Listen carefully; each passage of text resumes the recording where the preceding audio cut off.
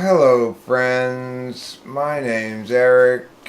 I am here hosting Talking with Famous People with Rachel. As always, we are talking with famous people. OC.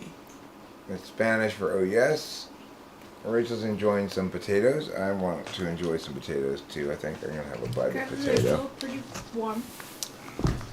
Boy, have we had an absolutely, I must say, magnificent night.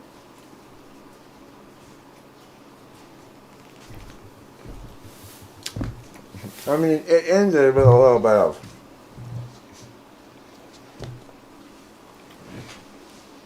Kind of too expected.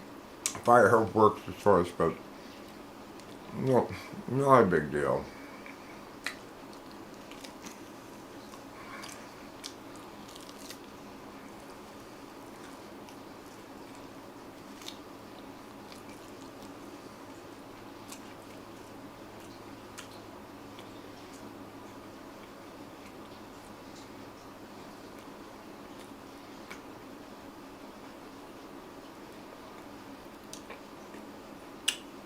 I thought I'm live streaming. Sorry.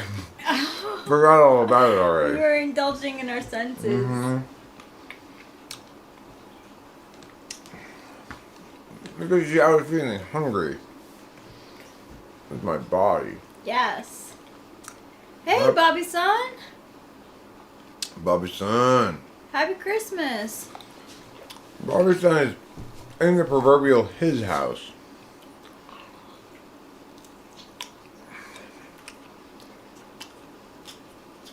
Anyway, my little snack here will be done in a moment. I'll be conveying to you wonderful tales of adventure and stuff. You know, I love every minute of it. But I would be doing you, me, and everybody else a disservice if I didn't try to get a little calories in me to make sure that I was maximally entertaining to you, the viewing audience. Specifically Bobby, who's the only viewing audience there about.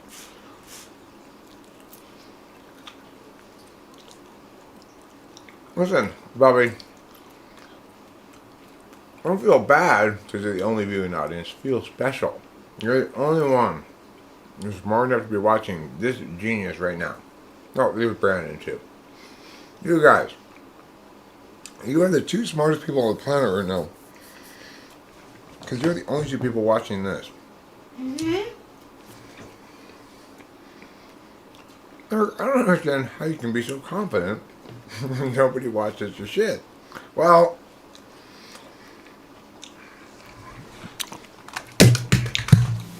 call it fate, call it magic. Call it a special relationship with my hope fairy. Where do I read out all that paper shells? The heck? Oh my god. Really? I guess we are. Well, Yeah. unfortunately, turns out I had absolutely no need for paper towels. Okay, good. Because I remembered at the last second, hey, my pants are just as absorbent as paper towels. Why don't I just wipe my hands on my pants? I do that too. Where did I put this salt and pepper? Oh, there they are.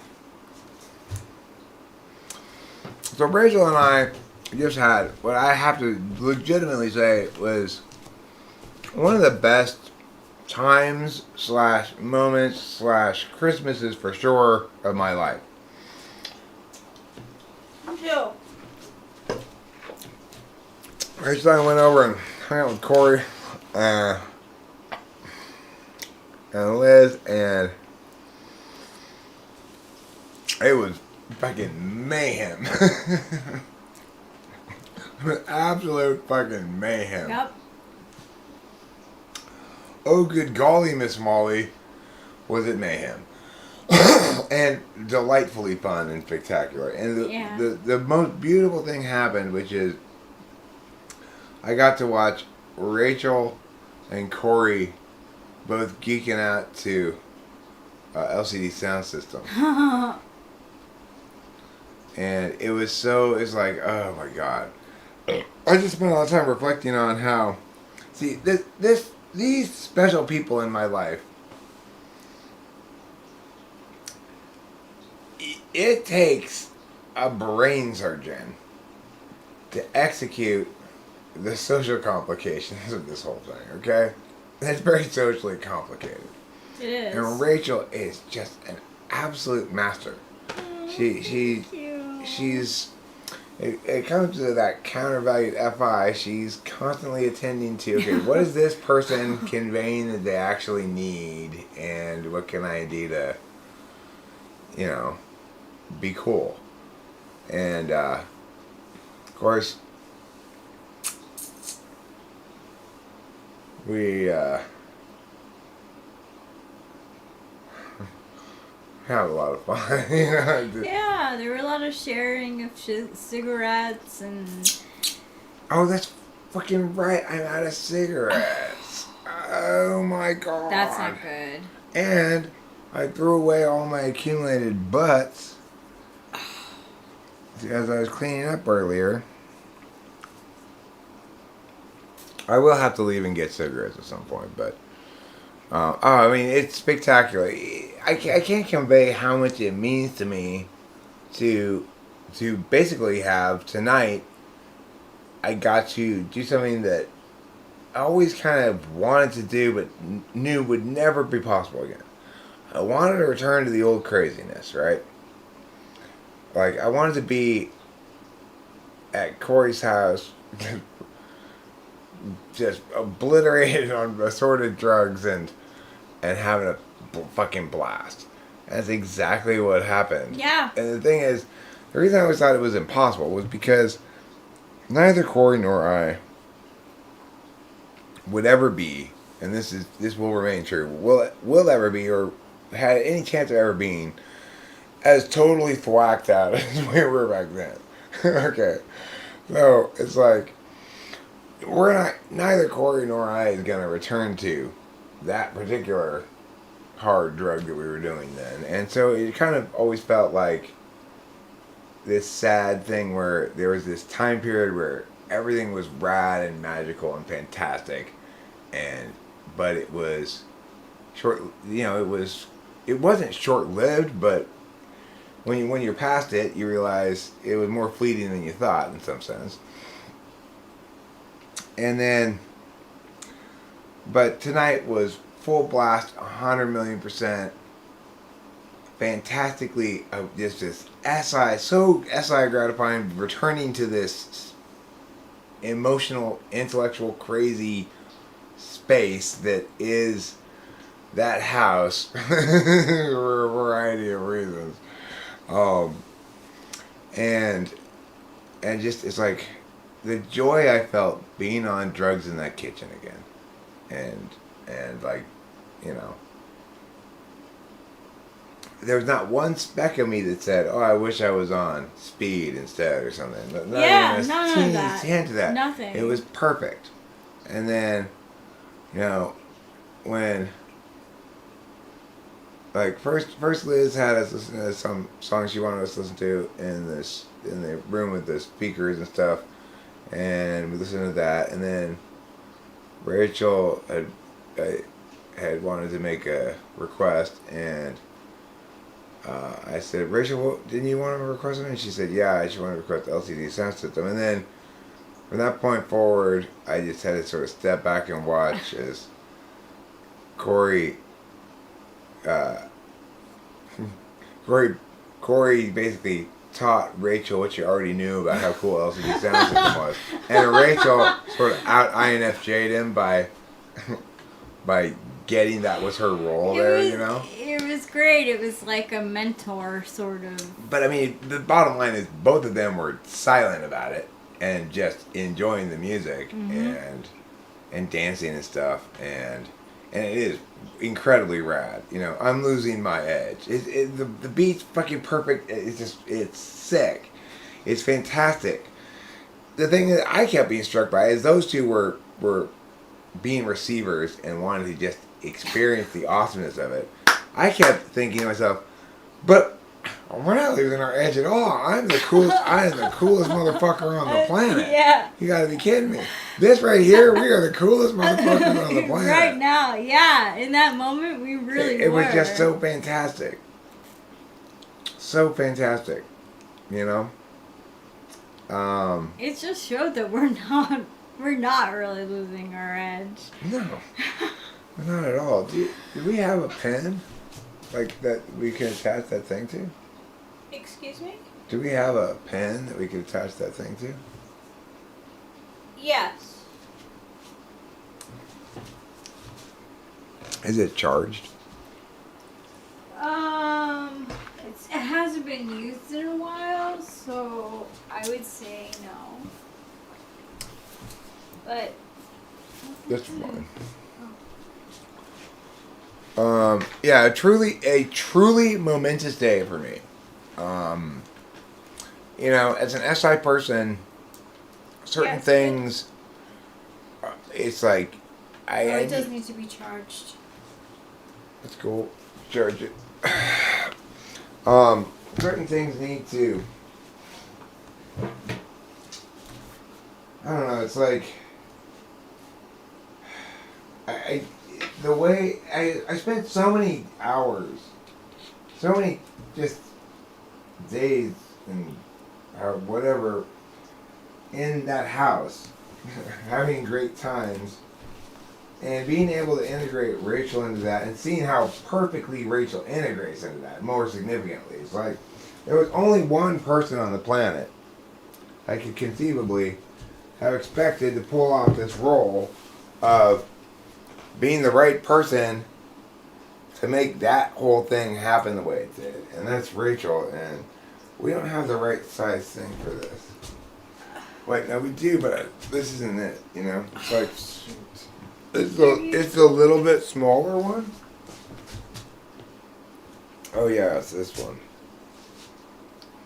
I thought they were universal. No, they got like freaking multiple sizes of them now. So like my phone uses the big USB thing. This is a regular USB thing. It's freaking so dumb. It's like, It is so dumb. will you just pick a size already?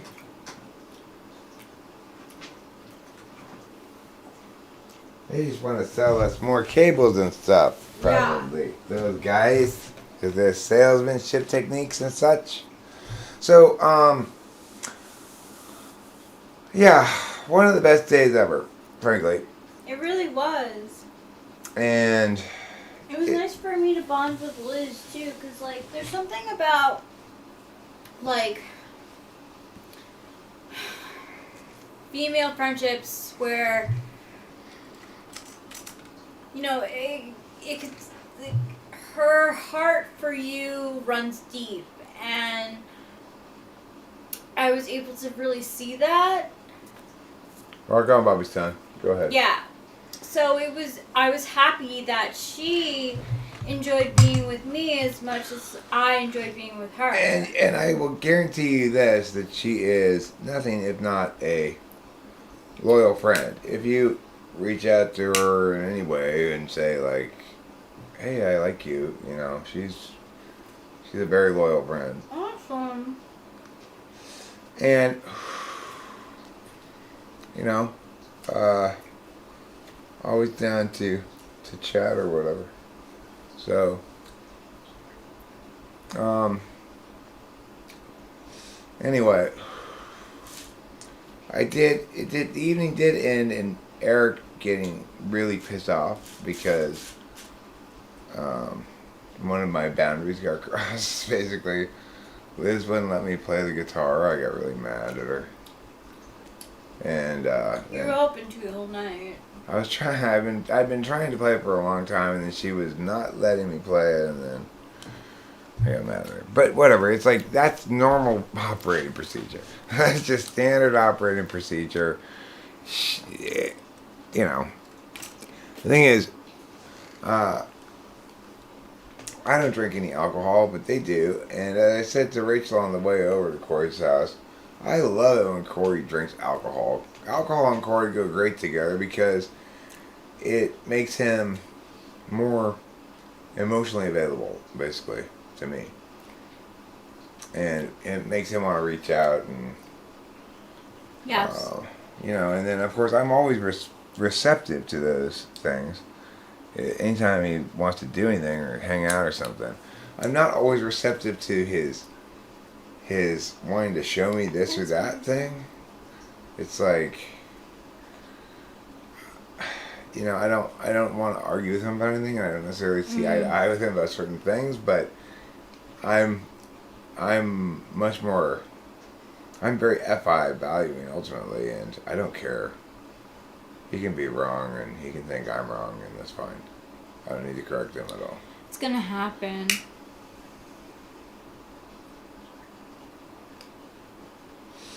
He's such an Enneagram 3, though. Hanging out with him again makes me realize various things about him from. I didn't have all this like typology shit in my head before when we were hanging out really. So seeing him be such a 3 is interesting. He's, I guess, maybe the only 3 I know really. Me too. But yeah, he's definitely a high. He attains all the symbols of success and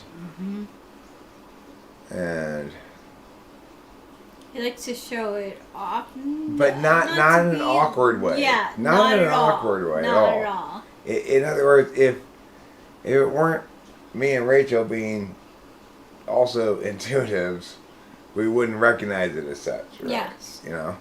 We just recognize, wow, he's really great friend. He's giving us things or whatever. Like things like I had a thing called liquid death. There was a big conversation about whether or not this thing I was gonna open and drink had alcohol in it. Corey assured me it didn't. And I looked at it, but I was like, there's no way this doesn't have alcohol in it, because just look at the way the bottle looks, and why is it called liquid death? Well, sure enough, it was just sparkling water, but it looked like... Liquid death? I mean, I for sure was like, oh my gosh, that must be, like, seltzer, hard seltzer. It was like Four Loko or something I was thinking, but no, it just has to be water, so... Which was great, because it was good for you to have some options. Because prior to that, I was so thirsty. Oh my gosh. I was drinking. Cover your ears in case you don't want to stop. You don't want to hear this, maybe. Oh! I drank with my mouth and my tongue Diet Pepsi. Diet Pepsi. Diet Pepsi. Oh my god. I've only... That's how thirsty and unable to pour myself a glass of water I was. Yeah.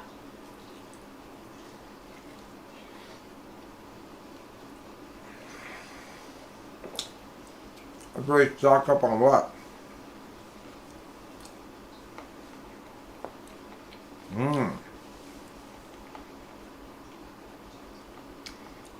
Well,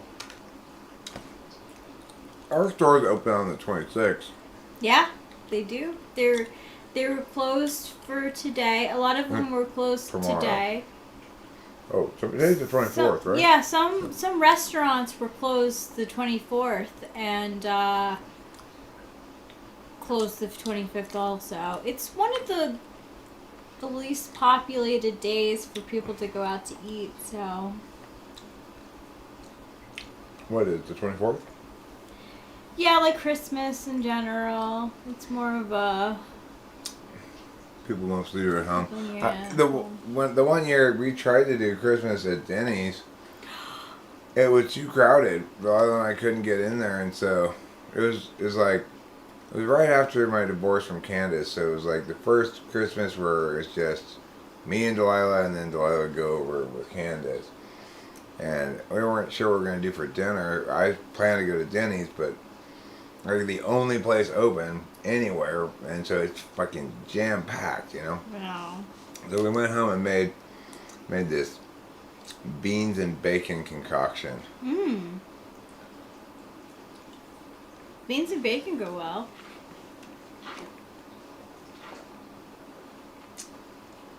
I love being piss tested.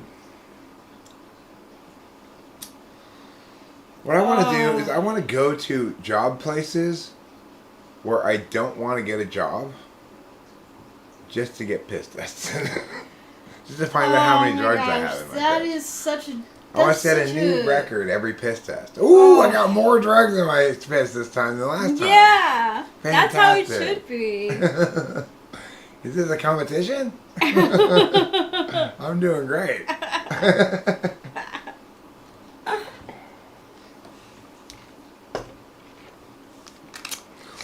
Well, it's nice to be back with our bongs, I gotta say. And our regular weed. When we went there, we didn't bring weed with us, which was very unlike us, okay? But I guess we just thought, well, we've got better drugs to do, so we don't need to bring weed. But when we went to smoke weed in the car, in the pipe, what did we discover? Well, obviously that we both coughed pretty much till we puked. Yes. And that's because it's hard to get an adequate amount of bong rip smoke in your lungs without a bong. Obviously. Yeah, we were so used to taking bong rips.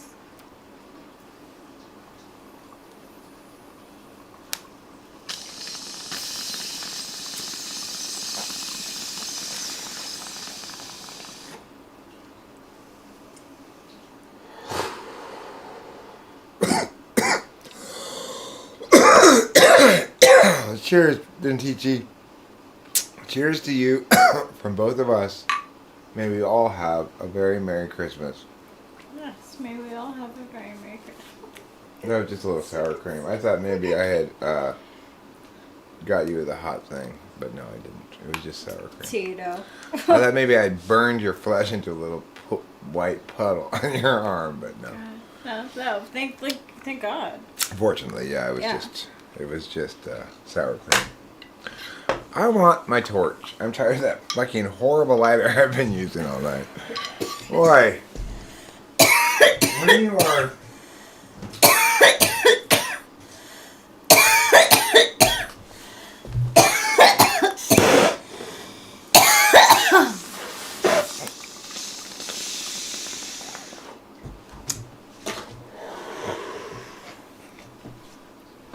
when you've been deeply, deeply segregated from reality by psychedelics, sometimes it's hard to do things like light cigarettes.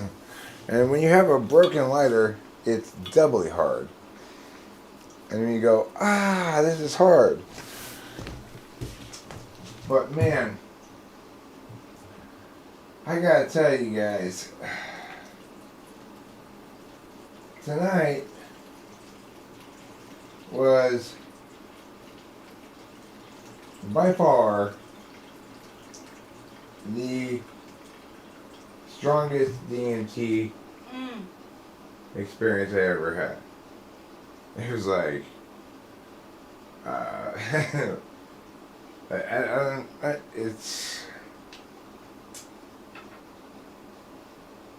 it was really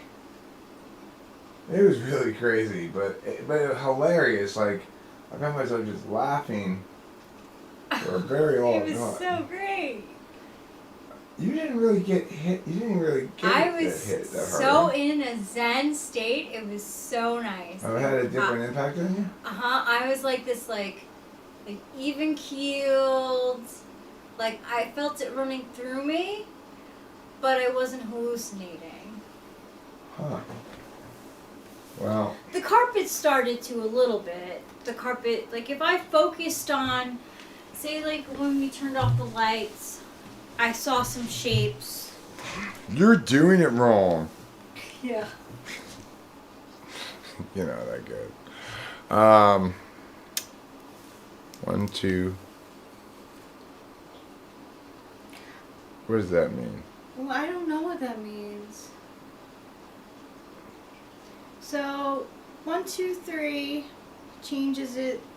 I like to have it on green. So that's on red. It's on blue. Oh, it just There you changes go. the color. I see. Yeah. Okay.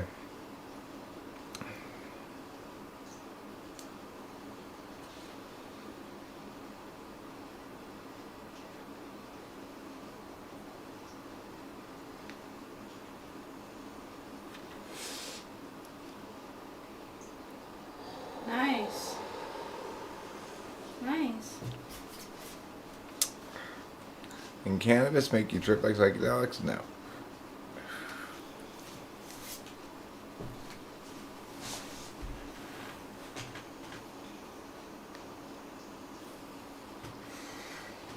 He's like the pro at DMT now. I think. Who, me? Yes. I mean, I like it. It's definitely a drug I like, but you know, you gotta. It's like it's got a weird quality to it that's unlike other psychedelics. So most other psychedelics, when you take them, they don't work again right away, and you don't want to take them again right away. But this stuff is like, let's smoke some more DMT. Yeah, it very much is.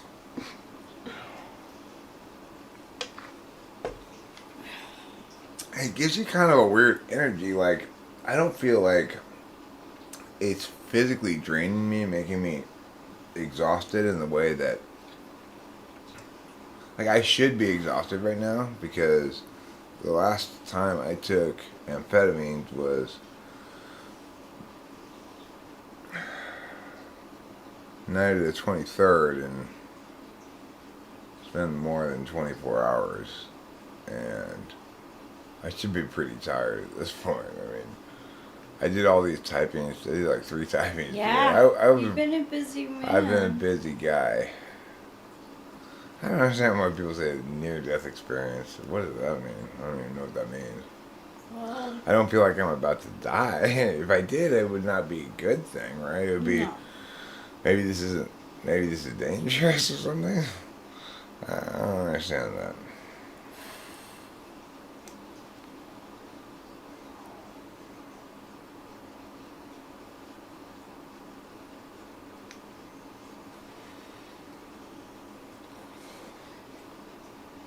Yeah, well, I mean, it's also like about the duration of it. So it's like it's been about an hour since I last took DMT. Okay, that's not a cool down period. That's just doing DMT as soon as it wears off. Let's not lie to ourselves about it.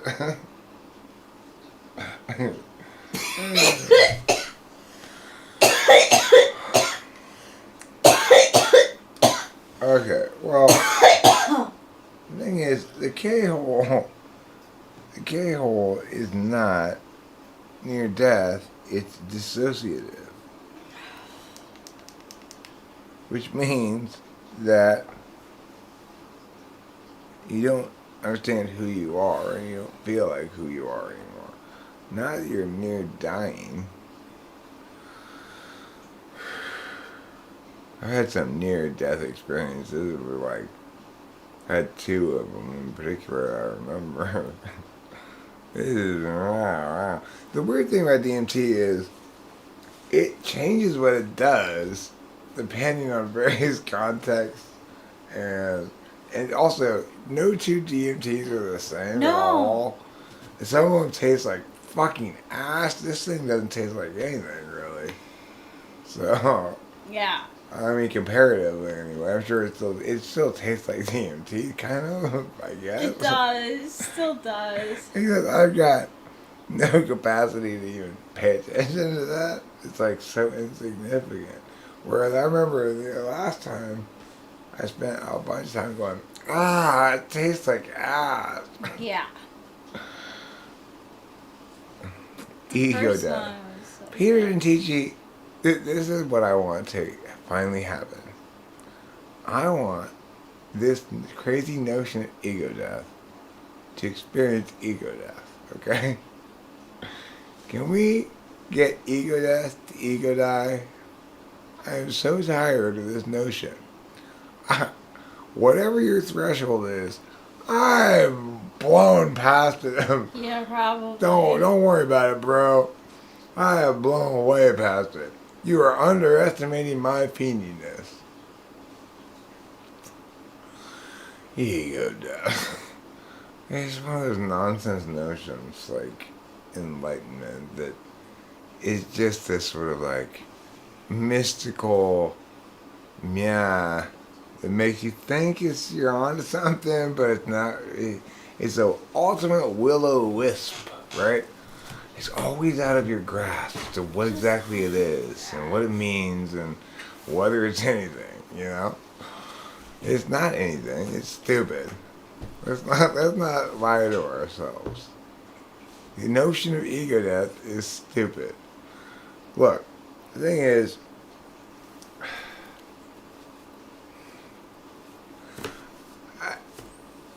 I got to witness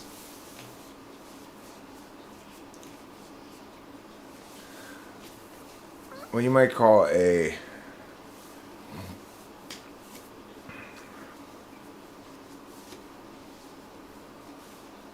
busy ego factory. And what my takeaway of it is that ego is just defense mechanisms, you know? Ego is just, to the extent that you mean anything by it, you're talking about a set of defense mechanisms.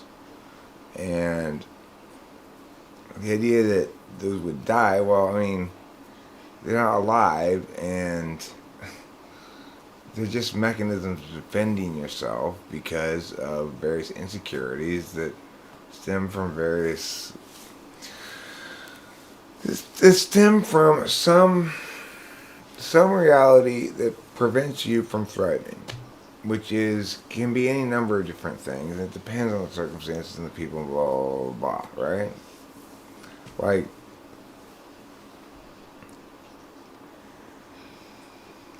ego is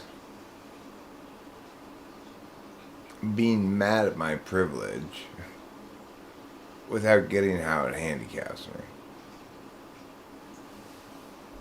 That's ego. It's somebody else's ego. It's not mine. I don't care about trying to hide what I am, who I am, whatever. Yeah, I am an entitled kid living off his family's money, and what, I don't care. I'm not. It was always meant to be. I've never felt bad about that, really. It's just, it's like, I recognize it for what it is. It's both a handicap and a great privilege, right? Yes. But if you're constantly being carried around, you never learn to walk. So recognize that part of the deal too. And so, in other words, don't hate the person who's being constantly carried around, because you're just not understanding the whole picture, right? And so that's what ego is. Ego is a bunch of defense mechanisms. It's something I can explain. It's something you can understand. This metaphor is a will-o-wisp. There's nothing there. This metaphor of ego death. This metaphor of breakthrough experience, right? There's nothing there. I've broken through everything. And it's all... These metaphors you're attached to your attachment to the metaphor is the problem. Okay? There's no ego death. I'm not... No, what's the most important thing here to remember? Though I am the absolutely most enlightened person you will ever hear, I am still fundamentally me. and limited accordingly. I am not some transcendent being, right?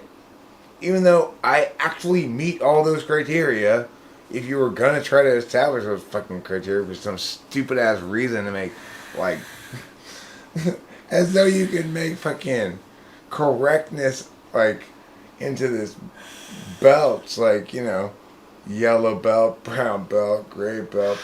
It's fucking incredibly stupid, right? It's mistaking the thing which matters, which is correctness, for some magical thing.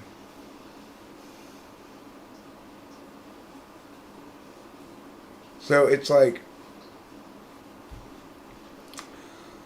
the thing is, this is ego death, to the extent that you mean something by it, is I'm not trying to be nice. I'm not trying to project enlightenment. I'm actually manifesting it. And it looks like this. Yes. And it doesn't look anything like what you're talking about.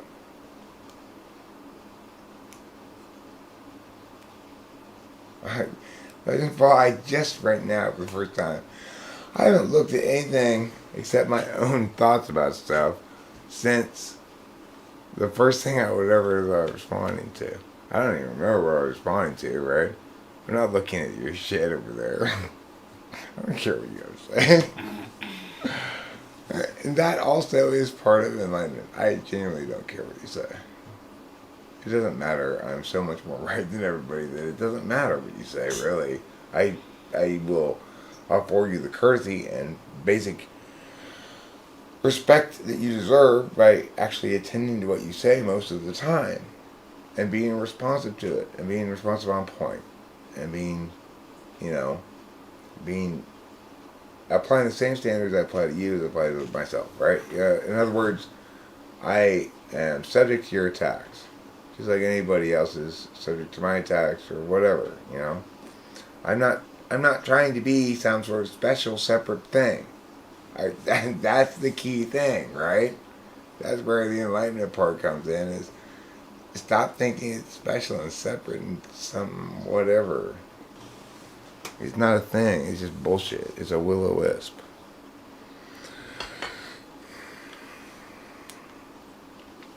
And that is the unvarnished truth. Not very pleasant to hear. And I'm not being a very good person because I am, in fact, the one who understands the most and should therefore behave accordingly and care about you instead of just about me. But sometimes I just don't.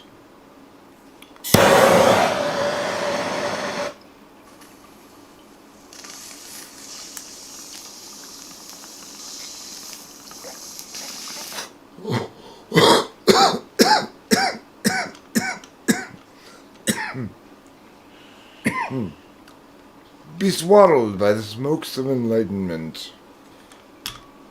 You can tell by the hat I got on it too, right? It was a very enlightened hat. So enlightened. Nobody but an enlightened person would wear this hat. It really kind of blends in weird with the fucking Christmas picture in the background, huh? Yeah, it does. It makes you look like you're a part of the scene. It's kind of hard to... doesn't it seem like there's I can't, it's hard for me to distinguish between the various Legends Falls. It's like, when we drove back home, I was driving fine. I wasn't worried about my ability to drive safely and stuff, but I had no idea where I was or where I was going. And I knew where we were going. It's amazing that we got home. I knew where we were going conceptually. We were going home, right? But I could not figure out what street we were on or whether we were headed in the right direction. Very strange experience, I gotta say. My favorite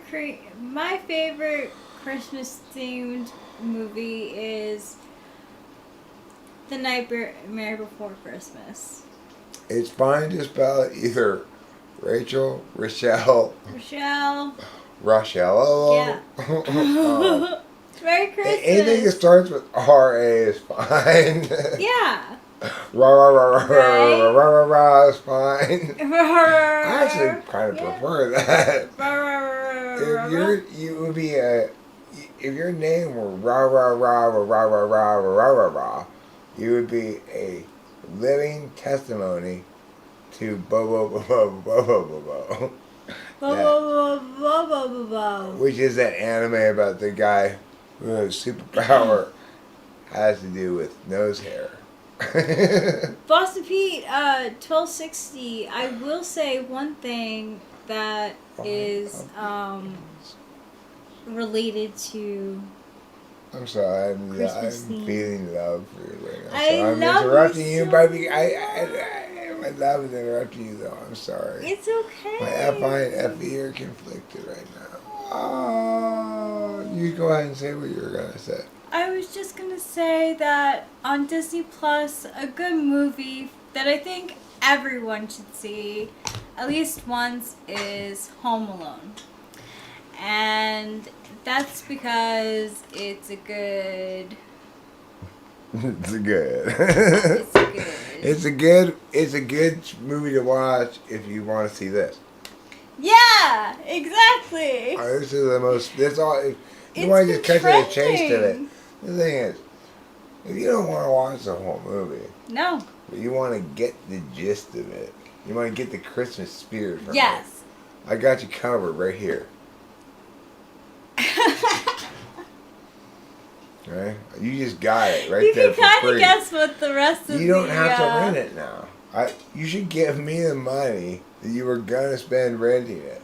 Oh, as a super chat. anime. That's what you should all do. You should super chat me the money that it would cost to rent Home Alone because I summed it up so well for you. You did. You should just. You know what's funny is we're probably asleep really well at it because we came up on something.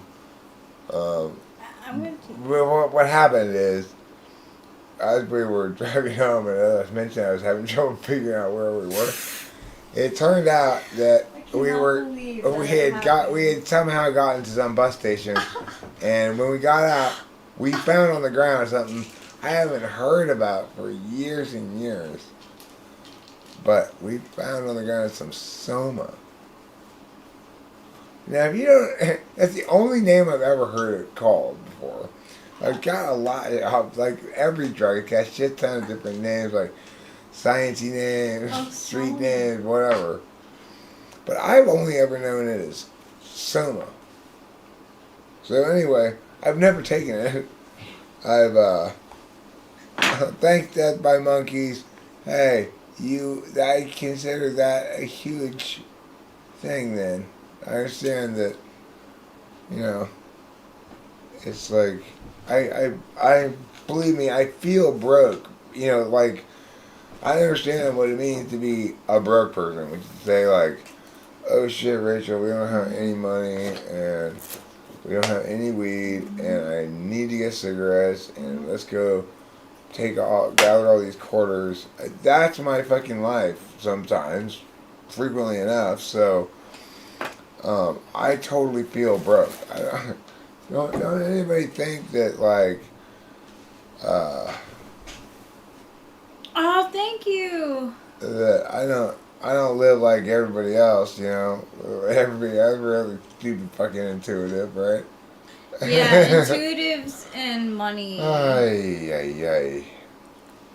It's like, plan ahead, stupid. Because it's like, it feels so metaphysical because there's hardly ever, like, you don't really have to interact with the person. I don't drink, Boston Pete. No. I quit alcohol. Actually, the day after Christmas, Delilah, I believe, said it was 8 years, right? Mm-hmm. She knows more than I do. Yes, she does. I trust She's her very judgment as to how long it's been more than I trust my own. she, and you know, the thing is, that's kind of heartbreaking is how vehement she is about me not drinking, which means obviously she found me drinking very traumatic. But you know, there's nothing I can do to go. I mean, even while I was drinking, I was constantly apologizing to Delilah and explaining to her how, you know, don't be like me, this epic failure you see before you, blah blah blah blah, all that stuff. So I mean, not that it mattered. I mean, it's not. You can't hate yourself enough to justify your alcoholism ultimately, which is what I was trying to do.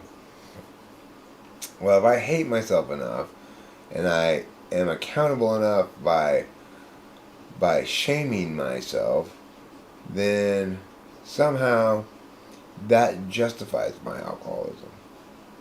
That is, it's fair then, right? Stupidest fucking idea in history, but that's what I was thinking basically. And you know, I praise God and offer my humble thanks for my sobriety, you know. So my sobriety, I credit my sobriety entirely with my ability to so joyously and enthusiastically do so many drugs. Like, without my sobriety, I would not be able to do any of these drugs. I mean, that is pretty incredible. yeah, alcohol made it impossible for me to enjoy drugs. And that was the greatest tragedy of my life. I mean, not... Okay, the tragedy part, really, to be honest, was not my not getting to enjoy drugs. These are the promises revealed. Alcoholics Anonymous has these things, right? The promises, right? Yes, Say, yes. you will be happy, joyous, and free. You know, I am happy, joyous, and free. Wow. Thanks to Alcoholics Anonymous. And the crazy thing is, if they just listen to their own fucking book, they wouldn't judge me as not sober for doing drugs. Yes. They don't even listen to their own fucking book. I mean, according to their own book, Alcoholics Anonymous has no opinion about anything but alcohol for a very good reason. In other words, I am walking, living proof as to why Bill W. got it right in the book when he said Alcoholics Anonymous has no opinion about anything but alcohol. I always try to. Of course, AA members have lots of opinions about things that are not about alcohol. Yeah. And insist that they're right about it. Oh, I can't stand that. It turned me away. I mean, you can't stay, right? They make it impossible for you to stay. They say you're not sober. The thing is, one of the most powerful moments in my life was when, after pushing me away, my former sponsor, by rejecting my drug use, my former sponsor sent me that message, "There's nothing wrong with you," which I have taken and repeated. It was so powerful. It was like, oh, you mean I was right? Because I was living it, but I wasn't believing it because I didn't have a map to understand it.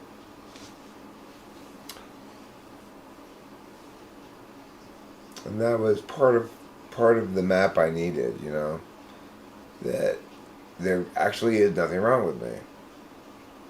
And I was right. Despite the fact that everybody's telling me you can't do drugs because it's going to cause you to drink, or all these other fucking reasons. All this other bullshit, right? I kept going, but it says here in this book, this is your book, right? This is our book, right? This is the book that we're using? Because you seem to be in a different book. And I'm not even, listen, I came in here, I said to myself, Eric, You are not going to critique, negate, question, argue against this book. You're just going to accept it for whatever it says and just try to be like an FI person. I didn't use this language at the time, but like an FI person who's just trying to find what's good about an idea rather than determine whether it's true or not, right? Mm-hmm. It's just whatever's good and useful about this, I will seize upon and I will try to make it, and I'm going to, number one, even if I think something's stupid, remember, you're the one who cannot solve this problem, Eric. You need to stop thinking you're smarter than other people and just whatever, no matter how stupid the shit they say is, you just do what they say. If they tell you to do something, you're not going to worry about the justification for it. You're just going to do it. And you're not going to say it needs to be justified. You're just going to do it. That was a great way of doing it. So that was fine. But then the thing is, what I didn't account for in this approach was, well, what if they tell you you can't do things that you want to do? Well, yeah, that's And they're trying to define your ontology for you. In other words, they're saying, couldn't take it. I'm sorry, you can't talk in a meeting because you're not sober by our standards, Yes. because you've had a mind-altering substance. Or, in other words, positioning it so either I have to operate under false pretenses in order to talk, Right. or I have to go along with this weird birthday reset thing every time I do drugs, which makes no sense at all. I have to acknowledge that I'm not sober, even though I still haven't drank. It's insane, right? It creates an unsustainable paradox that all source to the fact that they are not paying attention to their own fucking book, which is very clear. You might say it's wrong, you might say whatever about it, but it's not unclear. Okay? It is clear.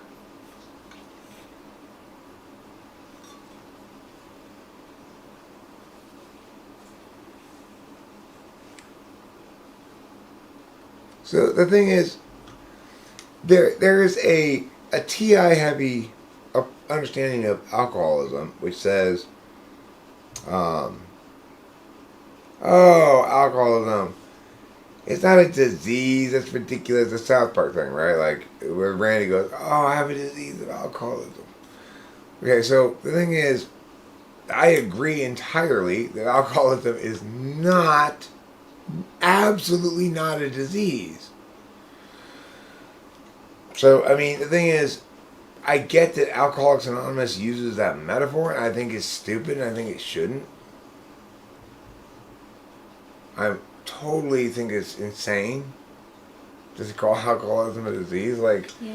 why don't you just call, like, a cow a chicken, you know? It's like, oh, look at that chicken over there. You mean the cow? I mean, to call alcoholism a disease is to shit on the meaning of words in order to highlight one specific quality, which is they're not responsible for what they do in some regard, right? Because if I have a disease, it's not my fault. Right. I mean, that's just totally fucking wrong in every sense of the word. So it's like, it is my fault. I was a drunk. It was my fault. And the reason it was my fault because I was the one who chose to drink all that alcohol. Obviously. So how is that a disease? It's not. Instead, what it is for me personally is I can't handle my alcohol. Drinking alcohol makes me make poor decisions about whether or not I should drink more alcohol. Number one thing that makes me make poor decisions about, okay? Because I'm a shitty drinker. I'm not good at drinking. I can't handle that drug. It masters me. I'm not the master of it. I am fucking God's drug paladin. You got drugs? Psh, get out of my way, drugs. You don't impress me. alcohol is my master, and I am alcohol's bitch. I cannot touch the stuff without it controlling my life. So that's just how it is. You know that, yeah. You know, and there's not any other drug. I'm glad. Look, I mean, so yeah, I socially drank with Corey tonight because I don't think, yeah, you drink what you want, you know. I don't. It's not a preference of mine. Like, I really do feel shitty after. Like, I don't like the way that it makes my stomach now. Like, Rachel, I consider myself an expert, and I've told you from the get-go, you do not have an alcohol problem. Thank you. In no sane universe, I just don't prefer does it. any sane diagnosis include you having an alcohol problem. Thank you. I mean, I did abuse it sometimes, for sure, but, like, I definitely don't feel that I have this, You're in a situation where your family is telling you, no, you can't, you cannot smoke that weed. Yes. Yeah, drink this instead. I mean, yes. it's like, yeah. oh my God. And Yeah, then problems. getting you treated for cannabis addiction. It's like, what the fuck? Talk about some anti-polar, you know? Yeah, that was pretty bad. Oh my gosh, it's just like the kiddiness that she brings to our lives. Like the fact that her arm is over her eyes right now. I know, she's precious. Peter, I'm sorry I would beat you up a little bit. I'm sorry. I didn't mean... Yeah, what is it with DMT? It has such fucking disparate impacts. Like, I smoked it earlier, and okay. I mean, first of all, when I first hit this shit tonight, and I was told like, okay, this is good, and do like 3 massive nyas, you know, like full lung worths, and I blew it out. I was just like, whoa, this is what? Because it was like, it was dark. I had my eyes closed, and there was a red light of some sort. It looked like a Battlestar Galactica light. It's like, and I mean, I was just. I was not able to like move really, or I just, what in the world is going on, right? And then after about, I don't know how long, finally I laughed about something, and then from that point for the next like I don't know how long, we just couldn't stop laughing. Yeah. It was the laughter that I felt in my heart. I want to share a point of that, a portion that Peter didn't teach you as an apology for being so rough. The thing is, that's like, it's ego death for me, because, and what it really means is like being brutally honest about not caring about other people. And I guess I'm just that selfish or something. I don't know. The thing is, I do care about other people. I feel guilty when I hurt people. I feel really bad. I don't handle causing suffering well. And yet I'm weirdly blind to when I'm doing it. So it's just that it's the curse of bipolar. But I feel privileged to be able to have as nuanced an understanding and relationship with it as I do because of my understanding of cognitive functions. Like, there's no possible way I could be as in touch with my feelings, whatever that means exactly, without cognitive functions. Just zero possible way. I wouldn't have a way to recognize both the legitimacy of it, my limitations with it, why other people use it in ways that I think are wrong, without me sort of shitting on the whole thing, because I wouldn't have any means of avoiding all the many pitfalls that one could avoid without cognitive functions. Well, I mean, what I'm saying Peter didn't teach you is, if being mean is ego death, do we really think it's a good thing? No. I don't think it's a good thing. It means in that moment, I wasn't prioritizing what was important, which was individual human beings' experience.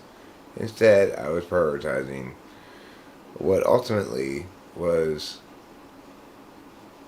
never going to get conveyed the way I was. They were never going to get understood the way I was conveying it, because right. I didn't approach it with enough humility.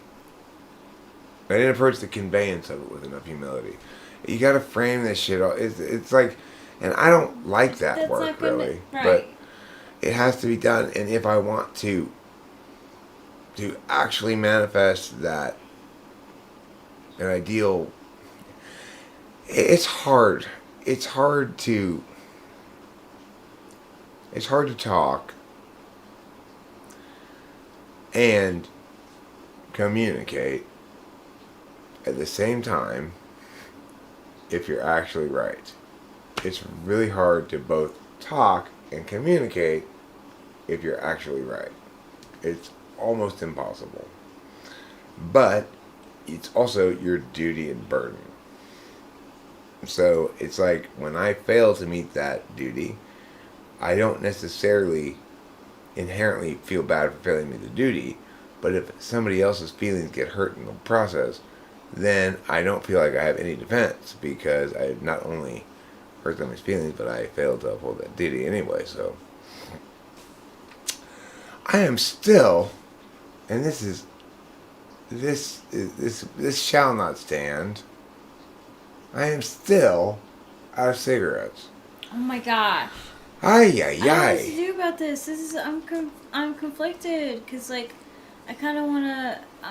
My tootsies are a little cold, and I was gonna put them under some warm water and listen to the live stream. You want to go inside? Go ahead. That's fine. You know, I may just make.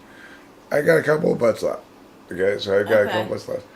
But also, when I do go get cigarettes, I plan to simply do intermission, which is to say I'll put on a playlist of Eric's and Rachel's songs. Okay, good. And then when I get back, I'll say I'm back. All right, good. And etc. You know, good. Rather than in the stream. I listen to you. I do feel weirdly like I don't look. Peter didn't teach you. I don't think I hurt your feelings. I think I didn't care about your feelings.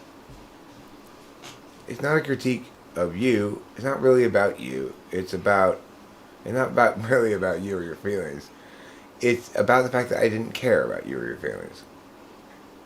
And it's a way of holding myself accountable that I wouldn't be able to do without cognitive functions. Well, Peter didn't teach you. The thing is, that is okay to do if you, for example, have N's and T's as absolute values. If you have N's and T's as absolute values, then you're right. It's fine. But I have N's and F's as absolute values. So, I don't think that's true. I love you. I love you too. You enjoy your bath. Thank you. Do you want to take half of one of those meows, or did you take your regular meow? I took my regular meow. Okay, cool. I might take half of one of those meows. Okay.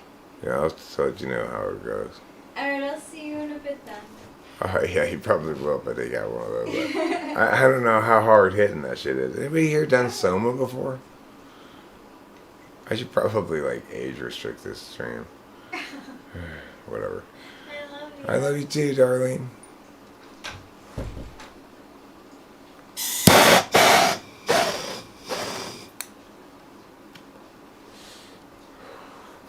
don't know, Peter and Nietzsche. I'm not saying anything about what type you are or anything. I'm just saying, in an N and T absolute value world, then people's experiences and feelings don't matter. But as an NTP, as an ENTP, I have N's and F's as my absolute values, not T's.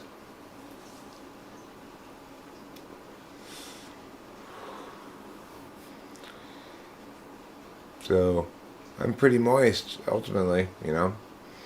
Thing is, I think it's really difficult for ENTPs to realize that and be comfortable with that without a map, like I'm saying. It's like, I don't think I ever would have been able to understand how moist I was and have any kind of, like, good relationship with my own moisture and my... Like, at this point, I welcome my dewdrops when I see them on my tenders in the morning. I say, ah, friendly dewdrops. Those are the tears of joy you cry when you feel that worst of all titles, the unbearable lightness of being. Oh, those are my feelings. I love them. In fact, I live and die by them. Such that I always want to do what I want to do and what my feelings are saying. But I'll still, I'll win all the arguments. But when I feel like it. And if I feel like it. That's, F absolute values. FE and FI both. It's funny trying to communicate with Corey and explain to him without explaining, because, it's complicated.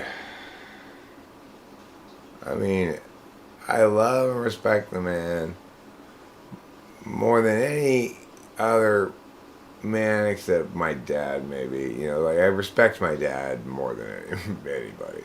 My dad has my utmost respect, and obviously I love him a lot, but in the sense of love, like, I'm delighted to be in his presence. Not really, not with my dad. I'm usually, it can be, I can have plenty of good, warm experiences, but being with my dad means, you go to dad's world, and dad's world is as dad dictates it, and basically there's a limited understanding of how your world and dad's world might not coincide. You're just not fitting into dad's world well enough, basically.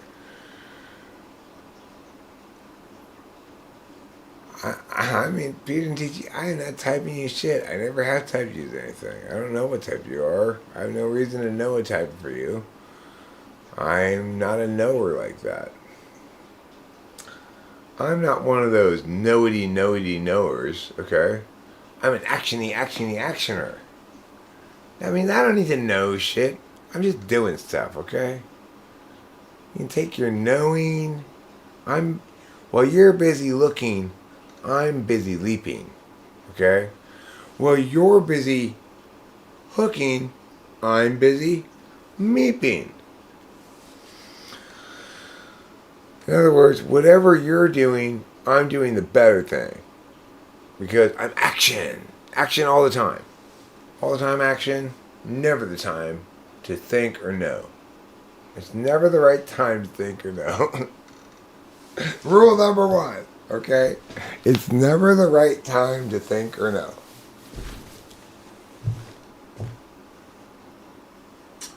Oh, you're making a joke about your type. Well, Peter didn't teach you. I'm notoriously bad at getting jokes in the chat. Chat jokes are hard, right? Your dry tone is hard to express in the already fundamentally dry medium of text, which lacks the wetness of vocalization, right?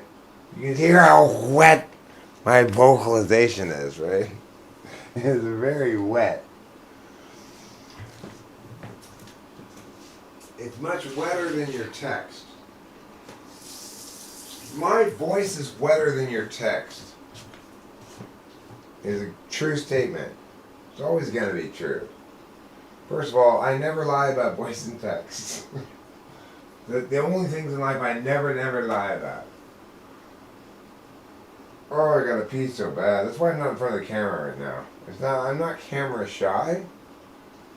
I'm just afraid of peeing would get me in trouble if I showed it on camera. Which I'm sure it would. And I understand why. I don't necessarily want to live in a world in which I'm more encouraged to pee on camera or something.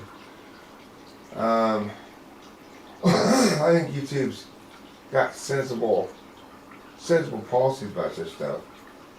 But I'm glad that I still have the freedom to say this to everybody. That was pretty important. I hope you all had headphones on. If you had headphones on, did you get a little bit of wetness from that in your ears? I think you might have. I am the Santa of the earhole chimney.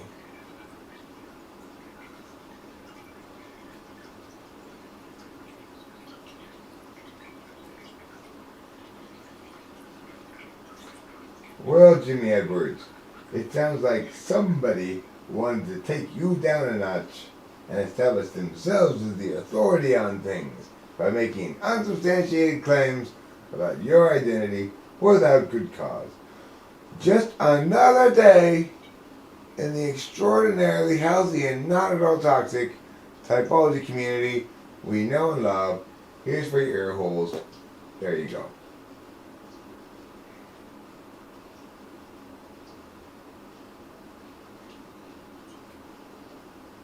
So that's sort of like what's that eating thing called again?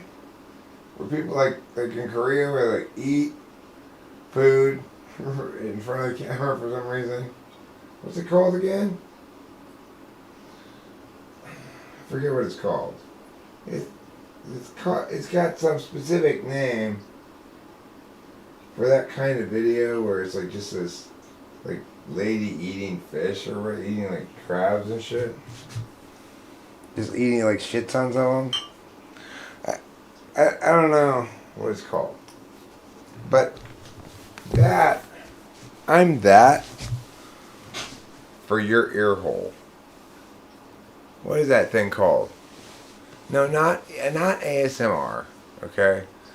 I'm saying, what is mukbang? Thank you. Thank you, Oliver Lionhand to the rescue. You are the purveyor of truth and the answer that I was looking for. It's called mukbang.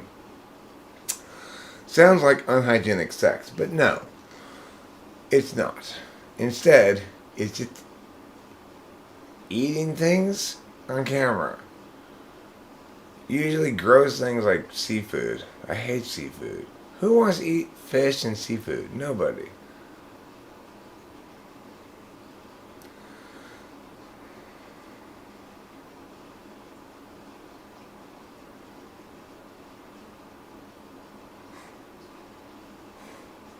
Peter didn't teach you? Really? Rational Typology said that you and me are the same subtype of beings we love you. Oh, I'm really excited to type you, and oh my god, you and I are exactly the same. I've already noticed that, how exactly the same you and I are. Of course, in our several interactions, I thought, man, am I looking into a mirror? I mean, metaphysically,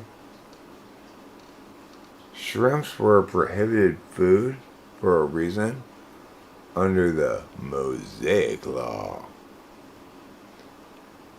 Is it because they were trying to promote the beef industry? Is it because they thought they looked weird? Is it because somebody got sick eating them one time and they're like, that's it, these are no good? Someone's SI run amok. That's probably the reason, right? It's like, ESTJ logic. I got sick one time eating duck. Ducks are the forbidden food. Nobody can eat duck because it'll kill you. Trust me. Trust me. No, it did to me one time. It's right. I got an example. Ducks. Not kosher any longer. No more kosher ducks, okay?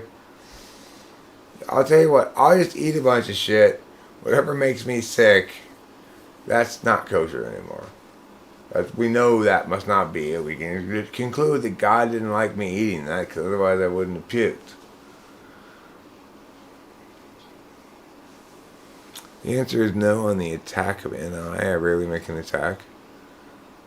Did I get attacked by NI? Did I say you were attacking? You're not talking to me, maybe? I don't know.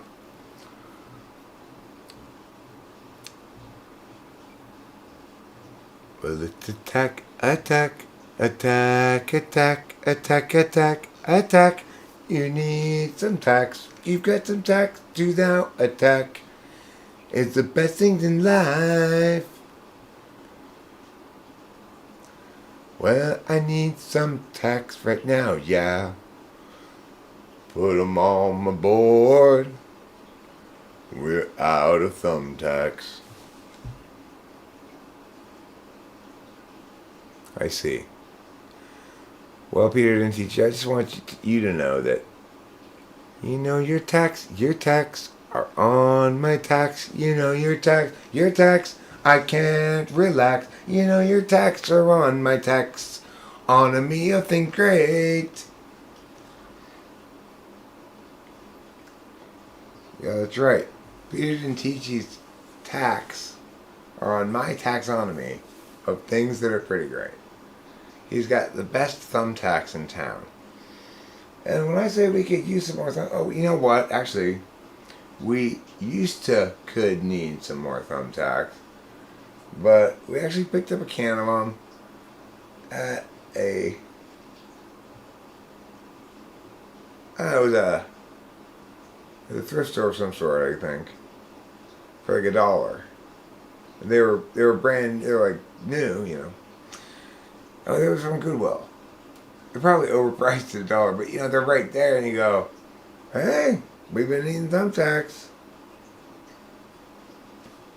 So that's where it was. We got the thumbtacks. We got the pink thumbtacks, but I don't know if they ever got liberated from the box of thumbtacks we bought into actual thumbtacks that we use, or if we're still trying to use like one tack to tack up 10 things because we're short of tacks. These are the questions. These are the questions that fill our days here at Talking with Famous People. What's up with the thumbtacks? Well, they're behind the curtain, Rachel says. Rachel knows where the thumbtacks are. Have we used any of them, or have we just continued with the status quo despite having acquired more thumbtacks? Delightful. That's our way. Oh, here they are. Yes, still unopened. And yes, the Intuitards win again with the still unopened box of push pins that we got at the Goodwill, and Eric at least felt very proud of himself. Hey, I remembered we need thumbtacks, and there they are. That was like, 2 months ago? And Rachel's been penning up cards and stuff. How many times have you, Rachel, okay, I got one thumbtack and I got to do 3 things with it. How am I going to do this? And you even knew where they were. Now that's intuitardation right there.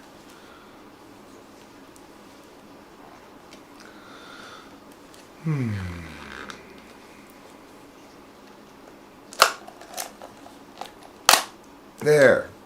I've liberated the tacks from their taped-on lid. Yesterday you tried to use one tack to do multiple things. Hilarious. That's maximally into retardation because it's paired with the adorable TE polar. Nature's most adorable polar. I really just all evening tonight, from beginning to end, it was this weird eye-opening experience of, oh, I've been kind of not appreciating how incredibly, like,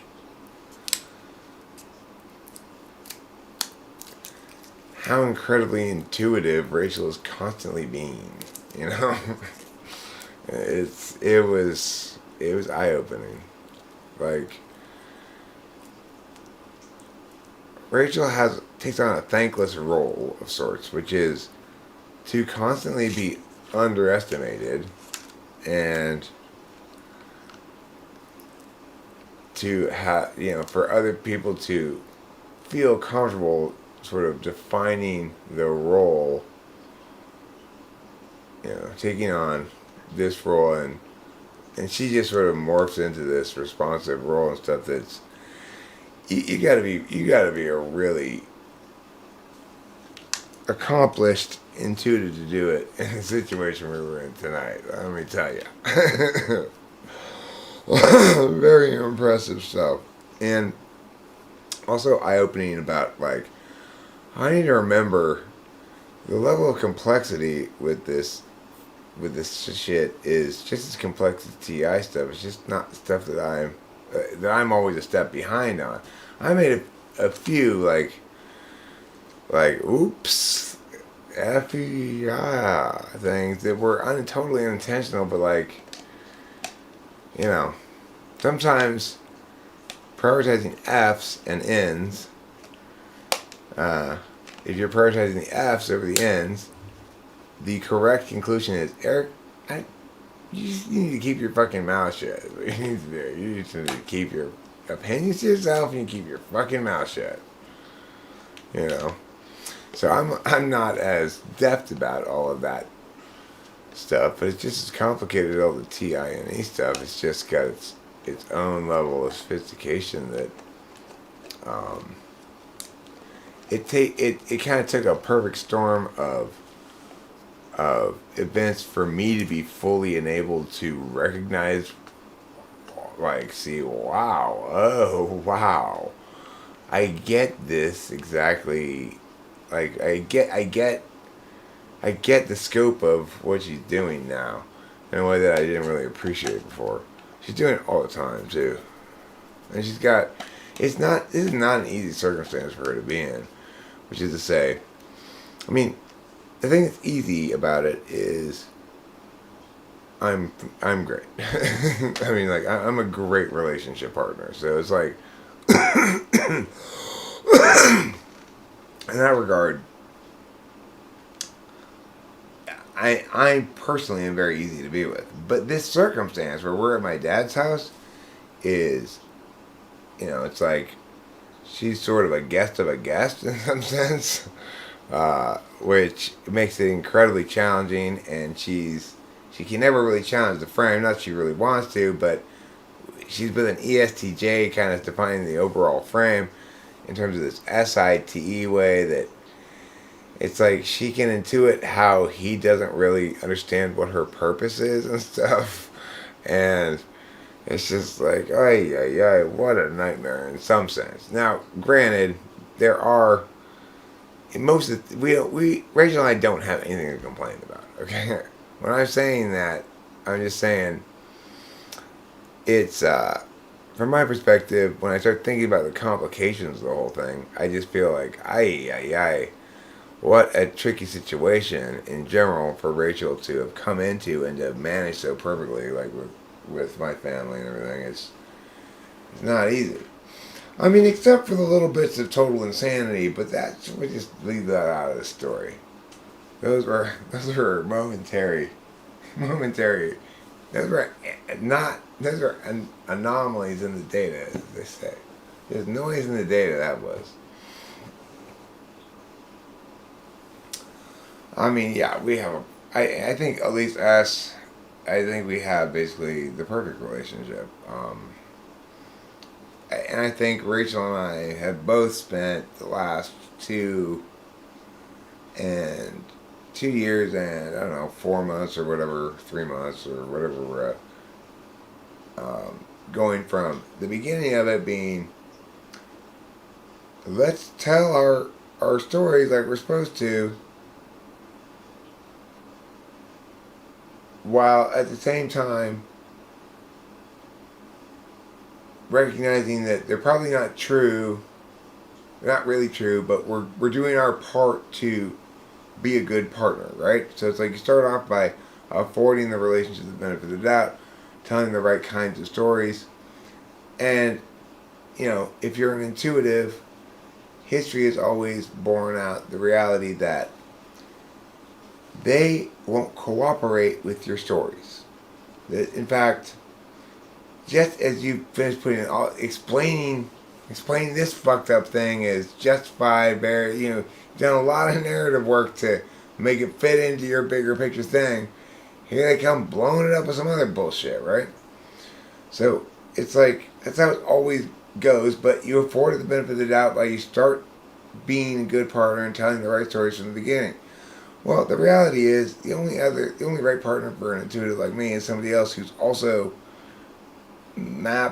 like you might call, has a map fetish, which is to say that you assume you're relying on those stories being static, and you're accountable to your words, right? You said "yeah" to me, and I was relying on that. I counting on that being true, and it was a lie. It's like those kind of mapping concerns. Couples who are very far from the map operate in a world in which, by default, they don't trust words. Talk is cheap. I'll believe it when you show me. Whatever. So, for mapping types that actually do operate in words and expect statuses to say what they say they're going to be and stuff like that, it was an experience of us both starting off, as always, telling the right stories, and then not knowing what to do if, okay, well, what happens if the stories are true? Because now's the part where I fight to maintain the supremacy of my stories over your bad behavior. And it's not going like that. In fact, I'm not having to do any narrative work to make us a healthy couple in the story form, right? I don't have to explain anything. I don't have to justify anything. We're not having any conflict, blah, blah, blah, blah. What if the bullshit stories that we, as a show of good faith, both embrace at the beginning of a relationship, what if this time they're actually true? And what do you do then if neither of you care about your own feelings at all? This is the challenge that Rachel and I've had at least, maybe both of us, over the course of this relationship, is coming to accept that it is what it is. It is what it seems to be. And the nonsense that we've been trained by all lesser relationships into doing is totally unnecessary in this one. So it's like, we still do nonsense with each other. We both do nonsense, but it's silly nonsense. Like apologizing to each other for things. Like sometimes I'll be like, hey Rachel, I'm sorry about that. She'll have no idea what I'm talking about. Then I try to explain how maybe I should have, when I got my own thing, I should have thought to get you one too. And, it's like something I was trained with my second wife into expecting these considerateness critiques all the time. Like, that's ESFJ. It's how they replace NI, I guess. They determine whether you're considerate enough based on their understanding of what they would have done if they had been in your shoes. getting coffee for themselves. They would have gotten you coffee. So why in the world didn't you get them coffee? That's not very considerate of you. So you learn, you end up training yourself to do this. Oh, I'm sorry I didn't get you coffee. Because you realize you're already there with your coffee. You're not thinking about her and her stupid weirdness as you're getting your own coffee. You're just getting coffee, and then all of a sudden you're walking away and you're in trouble, right? Oh, I'm in trouble. Like this woman I talked to today. Oh, I don't know even to say what her name is, but oh my god. Oh my god.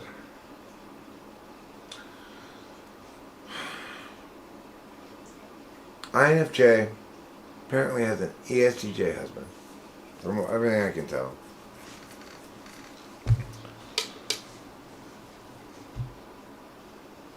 What a nightmare. Oh my god. It's like,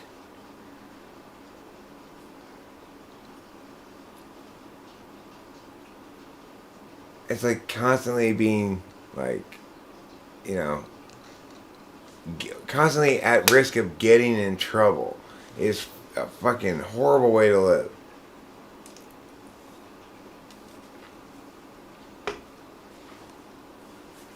The funny thing is,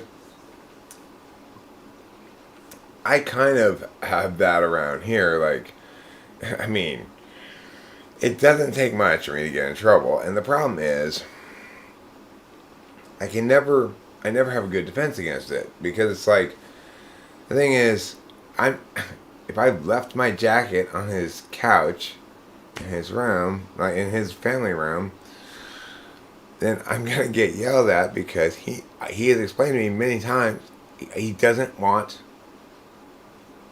me to leave shit in there. In other words, he doesn't want me and my shit in his area except as, you know, take only pictures and leave only footprints. You know, it's like, it's that kind of thing.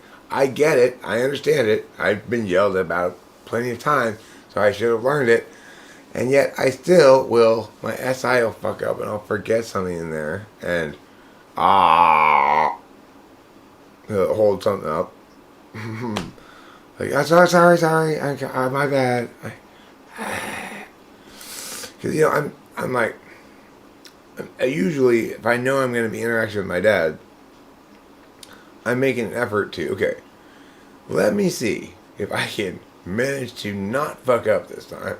And I'm trying my best, right?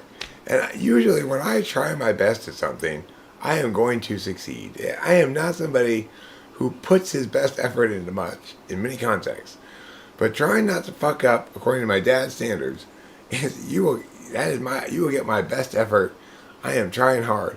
And I still manage to fuck up. And the thing is, he's not being unfair. He's established what that standard is very clearly. I understand it well. I'm trying to uphold it. And I still fucking fail. It's frustrating. That's what it means to be the beneficiary type. Your benefactor's always a step ahead of you.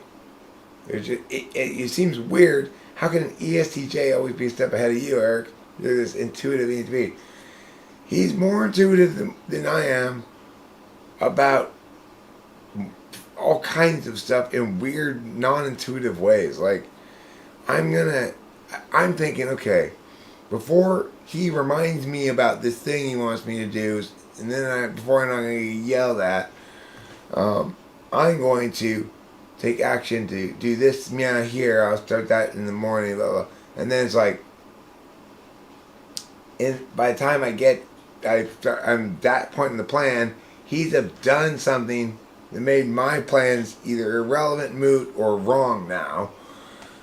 Because I was like, okay, I'm going to handle this shit, and I'm going to handle it so I don't get any negative attention from him about it, whatever it is. And then he'll do something that changes the reality of it, so my plan's I'm just like, I don't know. Yeah, I had a plan, but now I don't anymore because you just shat in the middle of it. So what do you want me to do, Dad? I don't know. You've got me at a loss here. He seems to always be like he's doing things right before I was gonna do it, right? Like, I'm on my way to do this thing, and he's like, "I already did it, son. I just finished it." I was like, "You fucking asswipe! Why do you always do this to me?" It's like, I'm going to do it. It takes me a second, you know. I'm chatting on the internet with people, for God's sake. It's very important work, very, very important. It's like, if I weren't here chatting with you guys on the internet, I mean, Rain,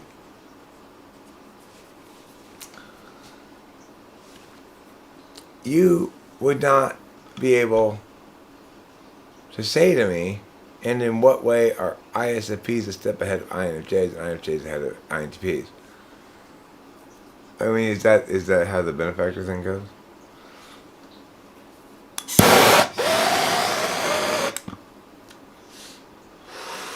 I don't know. What do I look like? Some typology expert or something? I just know about my type, okay?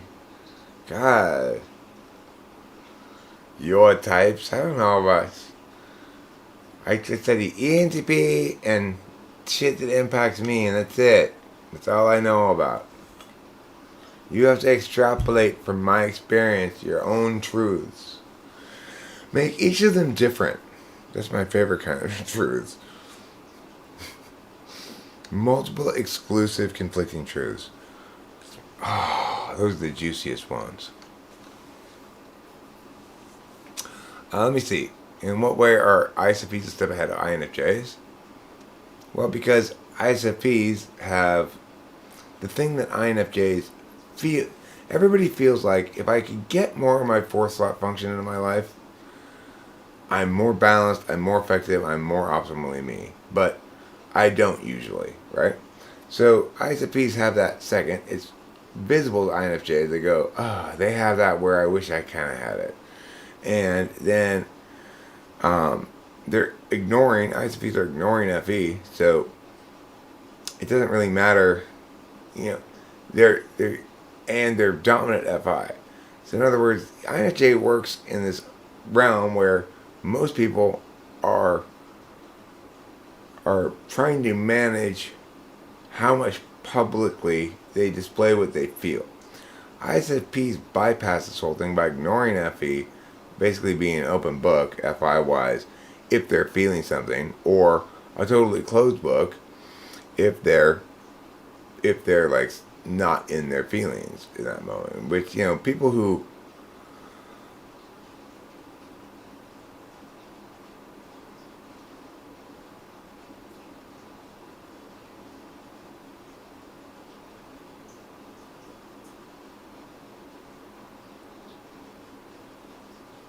yeah, my dad's the benefactor, I'm the beneficiary. It's because his dominant is my sixth, my dominant is his third, and what that means is basically he's kick-ass where I wish I were kick-ass, but I'm not. And he's selfish and ignoring other people's where I have shit to offer.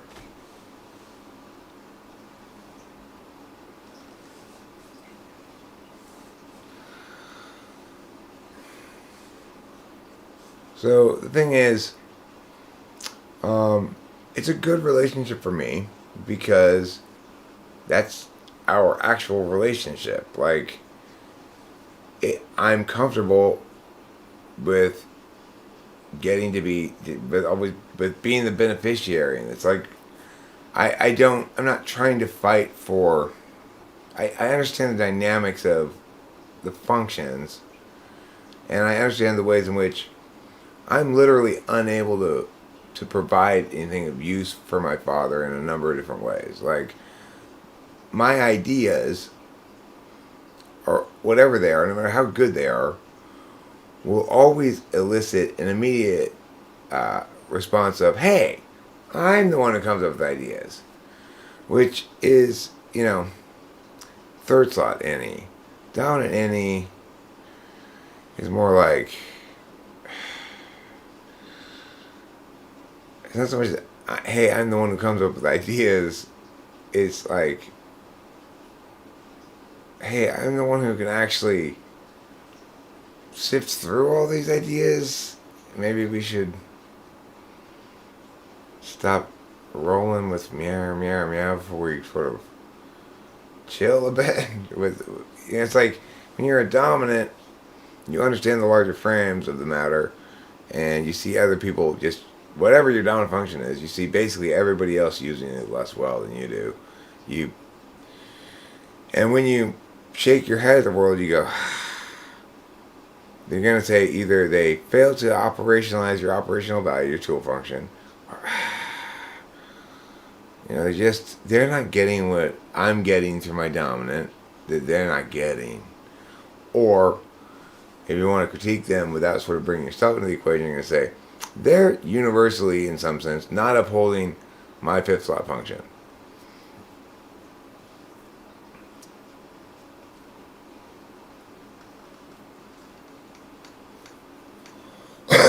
Let's see here. The common trope is the benefactor underestimates the strength of the beneficiary's sixth function, in this case your TE. Oh, that is also true. And in my case, it's also the case. I note this as well. I underestimate the experted intuition, or undervalue. I don't underestimate it. I undervalue the experted intuition in the ENFJ, because I note that it's half of it. It's just the experted intuition and experted sensing and introverted intuition links. It's lacking the SI link, and so it's like imitation crab.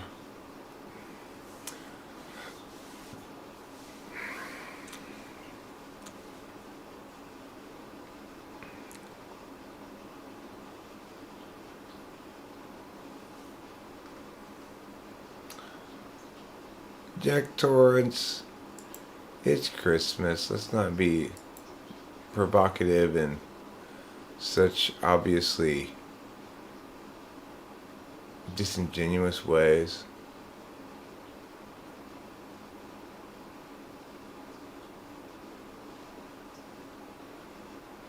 Perhaps you meant it tongue-in-cheek, but remember, text lacks the wetness of vocalizations, so it's hard to say.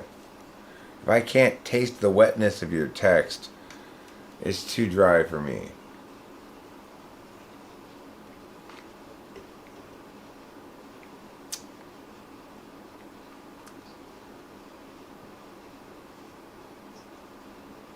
Have you since thought about the polar function, agent, subject, object, nature, in light of the way that unipolar seems often to be used as a study, making your previous two conjectures erroneous? Well, I don't exactly remember what my previous conjectures were, but I will tell you my current position on the matter is this, which is,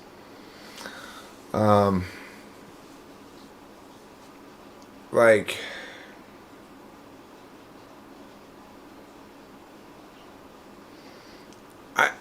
FI for me is mostly I experience it like a receive function rather than a deliberation function, mostly.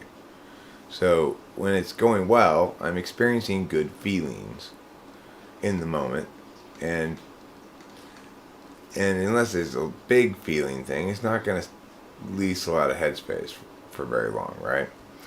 So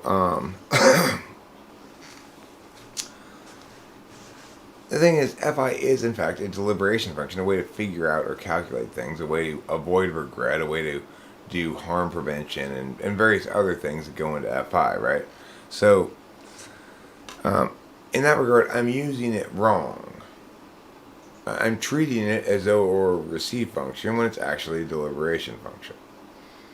So, if you were to link that to agent, subject, object, what you'd say is it should be an object function, but I'm treating it like an agent function. Or I'm, in that regard,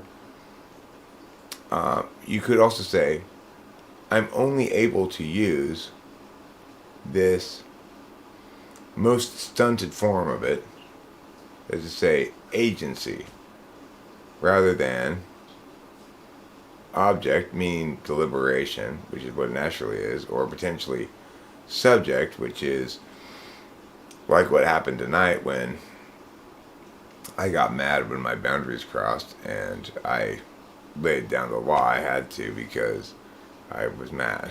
I was genuinely mad and I had good reason to be. And maybe, I don't know, whatever. The point is I was using F5 as a subject in that instance. And the only reason I can even use it as a subject is because of cognitive functions. So in other words, I was able to say explicitly, no, I'm angry because everything you're doing right now is saying that you do not care about my feelings at all, and you expect me to constantly care about your feelings.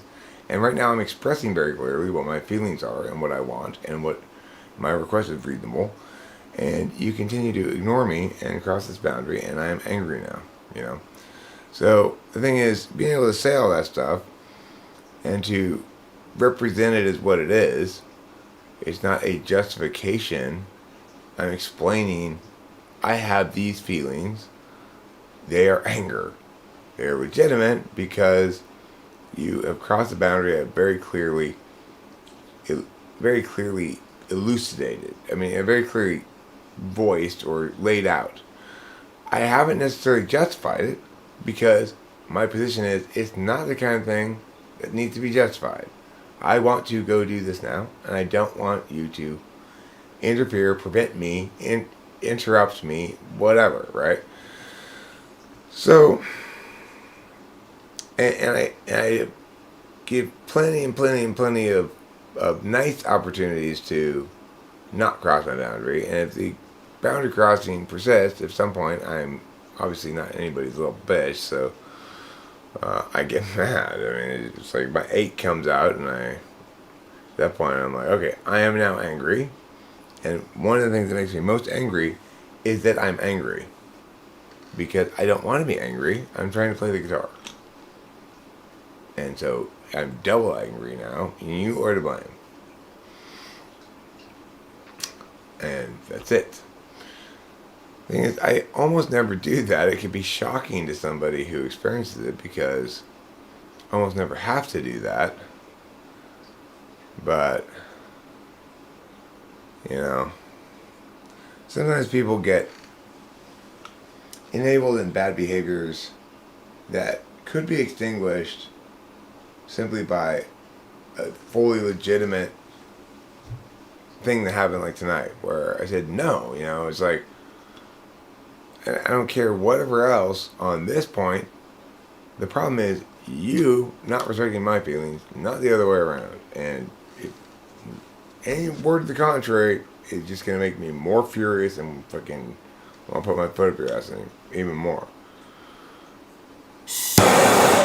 I thank cognitive functions for that argument, you know. It's an important one. It's important to recognize that you too get to establish personal boundaries sometimes.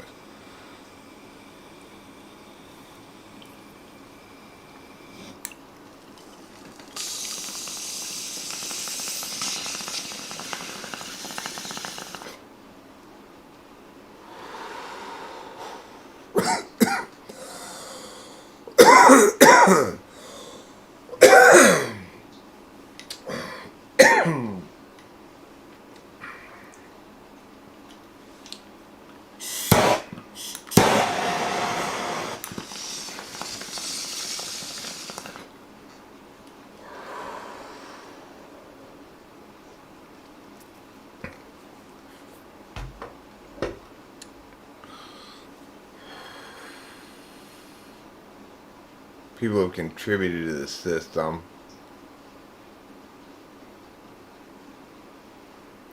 It's like saying people have contributed to the establishment of speciation via evolution. Nobody's contributed to it. It's bullshit. What am I smoking? Well, I was just smoking some marijuana. I'm out of cigarettes is the problem. I need to go to the store and get more cigarettes.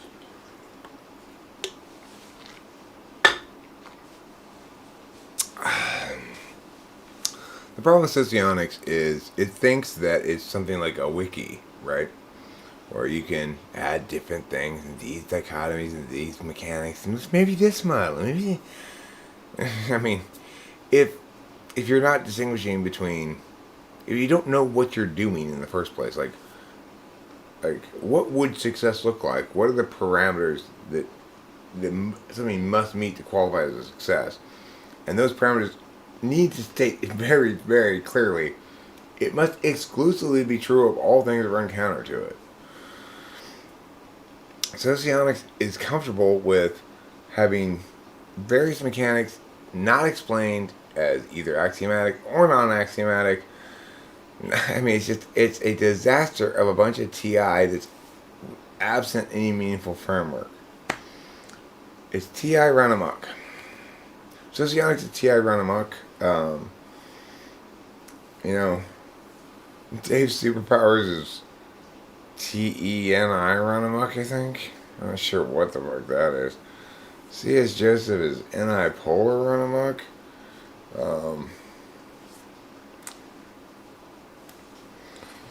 MBTI itself is like TENI run amok.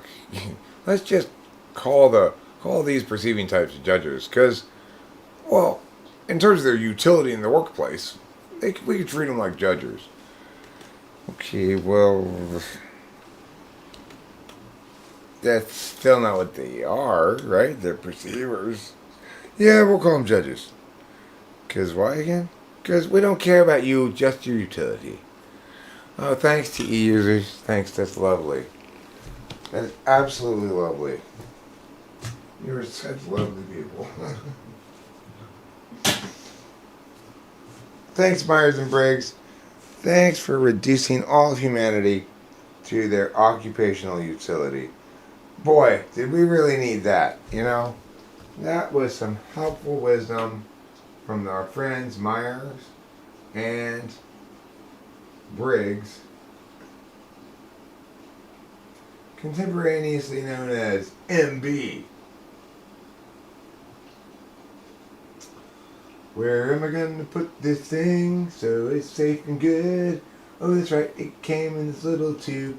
I'll put it back there. That's a good idea of what to do with it. Put it back in its little tube. Put it back in its little tube. It'll be safe, safe and true. Back inside its little tube.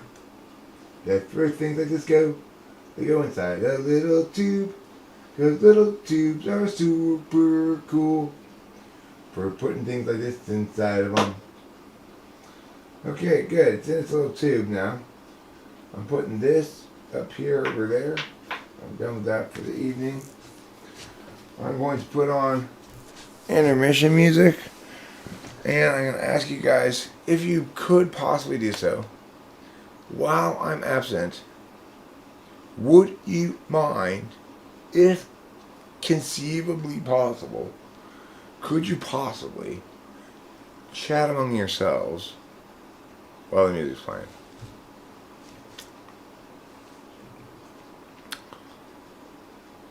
This guy's Christian, must be an ISTJ. What kind of people make that kind of judgment, Eric? Morons? No, I'm sorry. Imbeciles. Oh, wait.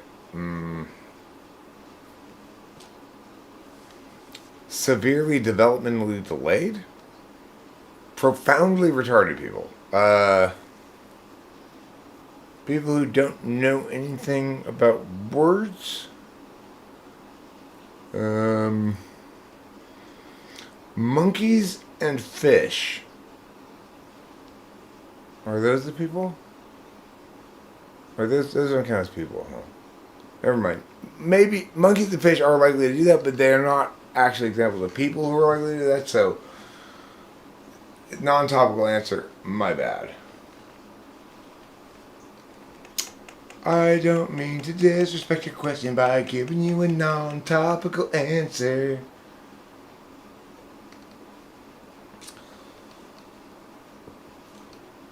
ISTJ is great. I think the Strauss family might be adding an ISTJ at some point.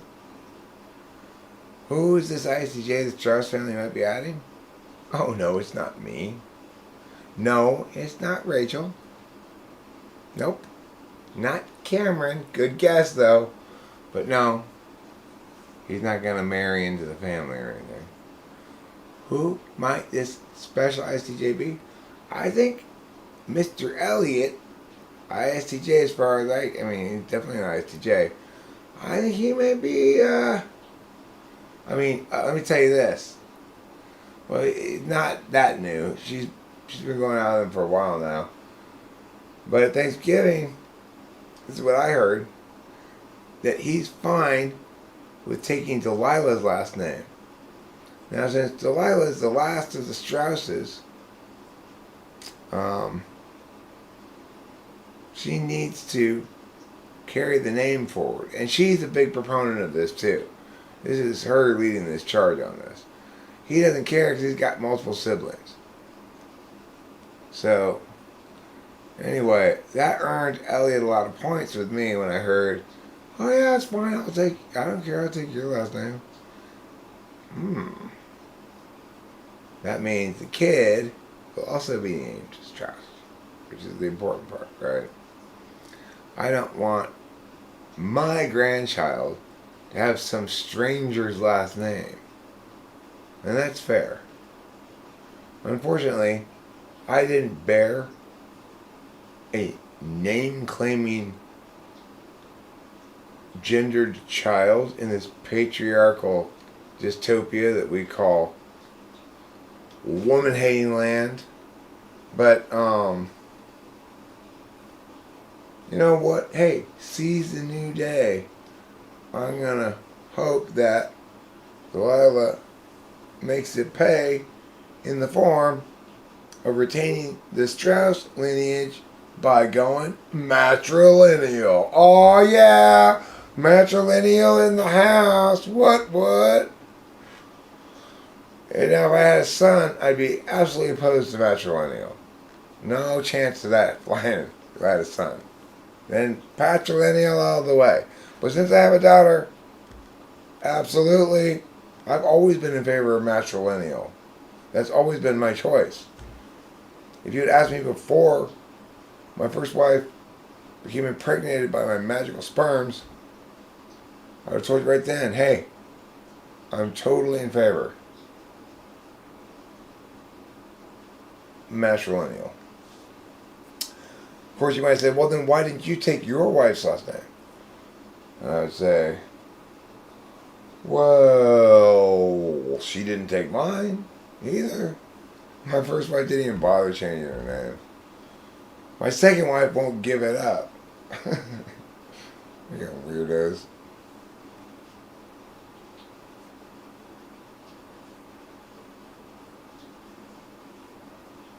Right. Well, Jack, I have the right perspective on it. The correct perspective is matrilineal. Now, it just so happens, conditionally, had I had a son, it would have turned out that the correct position was patrilineal. But that would have just been a coincidence.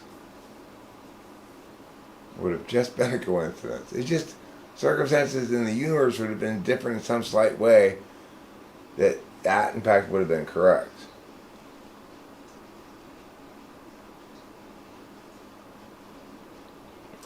You have got some jack in your back.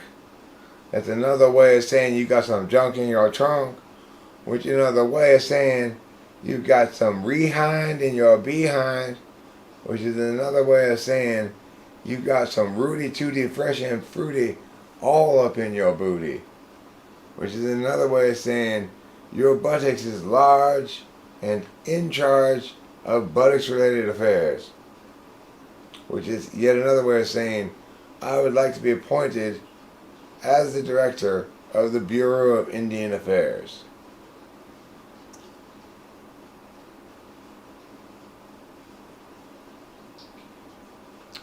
I often joke about being gay, as I'm the sole one who can carry on my surname.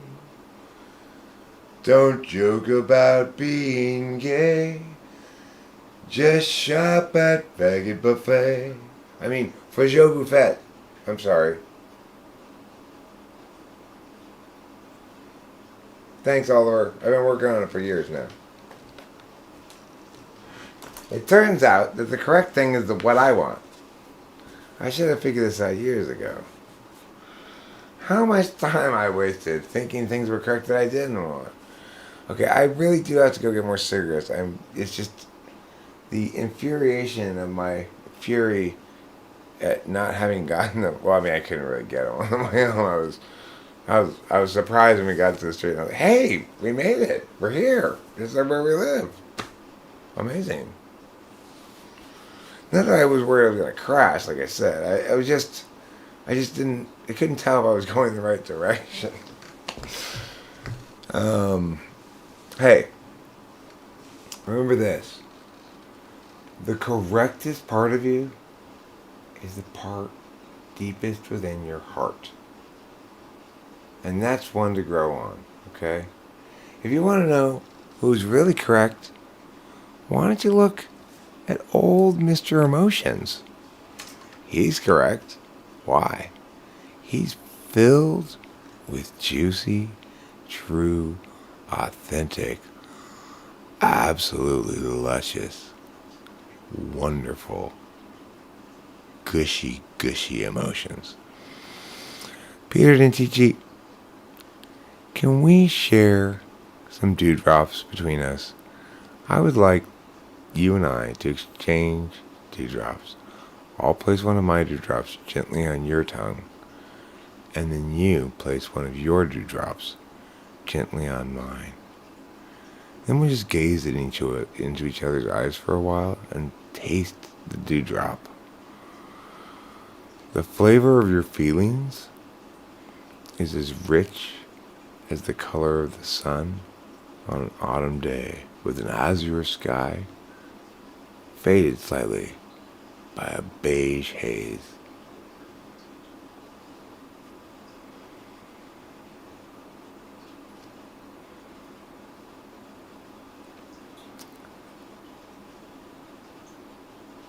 Most reassuringly, a thick beige haze swaddled everything. It made me think, how neutral.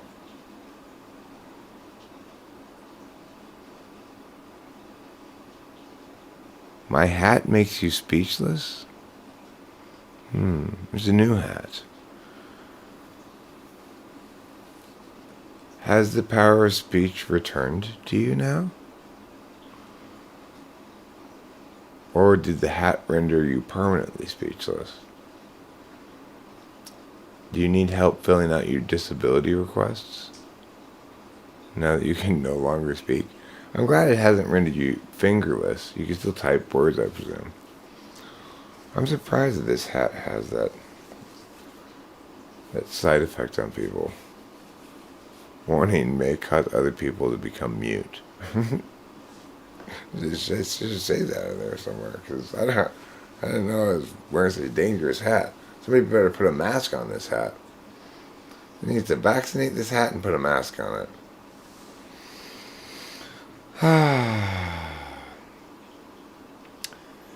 If you want to know the truth about goodness, it's all about love. Tender feelings of moistness, yeah, sailing salty above. Feel dewdrops of ointment, dewdrops of balm, soothing in moistly ways. Those are my feelings, touch them, stroke them, my feelings carry away. Hi, and welcome to the Feelings Hour. I'm your host, Nardigwin Castigon. I'm your host, Nardigwin Castigon. It's my real name. I'm Nardigwin, Casticorn. Today we're going to talk about something that you might have been hearing a lot about and maybe getting a lot of wrong information about. And that's manifesting. Are you manifesting in your life stuff you want? Or are you manifesting stuff you don't want? Or are you failing to manifest stuff you do want? Okay? That's what we're going to discuss today here on Nardigwin Cardigwan's Manifesting Superpower Manifestationalizing Manifesto Hour. So, first lesson in manifesting. What do you need to do? You need to really sit down and say to yourself, what do I want to manifest in my life? Be specific. A lot of people, this is where they run afoul of the first hurdle. They're not specific enough. We're giving manifesting lessons now. Cami 9. Thank you. Thank you for your praise about my dope hat. I got it as a Christmas present. I did indeed. From somebody whose name rhymes with Minston's Wom. Anyway, what was I saying? I'm just rambling on. What am I saying? I was saying something. Oh, manifesting, right. I'm Nardigwin Cardigwan, and today we're talking about manifesting. So first you got to figure out what you want to manifest. So let's say I didn't have this hat, right? And this is the kind of concrete specifics you need to successfully manifest something. So think of something very specific, like a hat, a specific hat, not just any old hat, okay? So right now, I'm picturing, I'm picturing myself wearing a blue hat, alright? You will note on my head, right now, 0 hat. But I can still imagine it. Now this is where the intuition part comes in. When you're picturing this, when you're visualizing, what I want you to do is I want you to imagine with your ideas, okay? Imagine with your intuition what it would be if I did have that hat on, okay? You got that image locked in your head? Okay, step 2 in manifesting. It doesn't really matter what it is, but you have to have an appropriate amount of sensualized mumbo jumbo, you might call it. So, go outside and get some sorts of leaves from a plant. The key thing is, bundle them carefully, as though these plants normally are bundled for this purpose, and then light them on fire in a ritualistic fashion. I have my own bundle of sticks that I can light on fire, which is, of course, I can smoke a ball. So that's what I'll do. This is part of the ritual. You're going to see how effective this technique is in a second. Now, the key thing is, it's hard for me to do it now because I'm talking to you concurrently. But if I were doing a full authentic, full-blown manifesting session, what you might call optimal prime, full-blown manifest, sessioid, future tech, if you want to hit all those, then the key thing is, remember, let me do the ritual.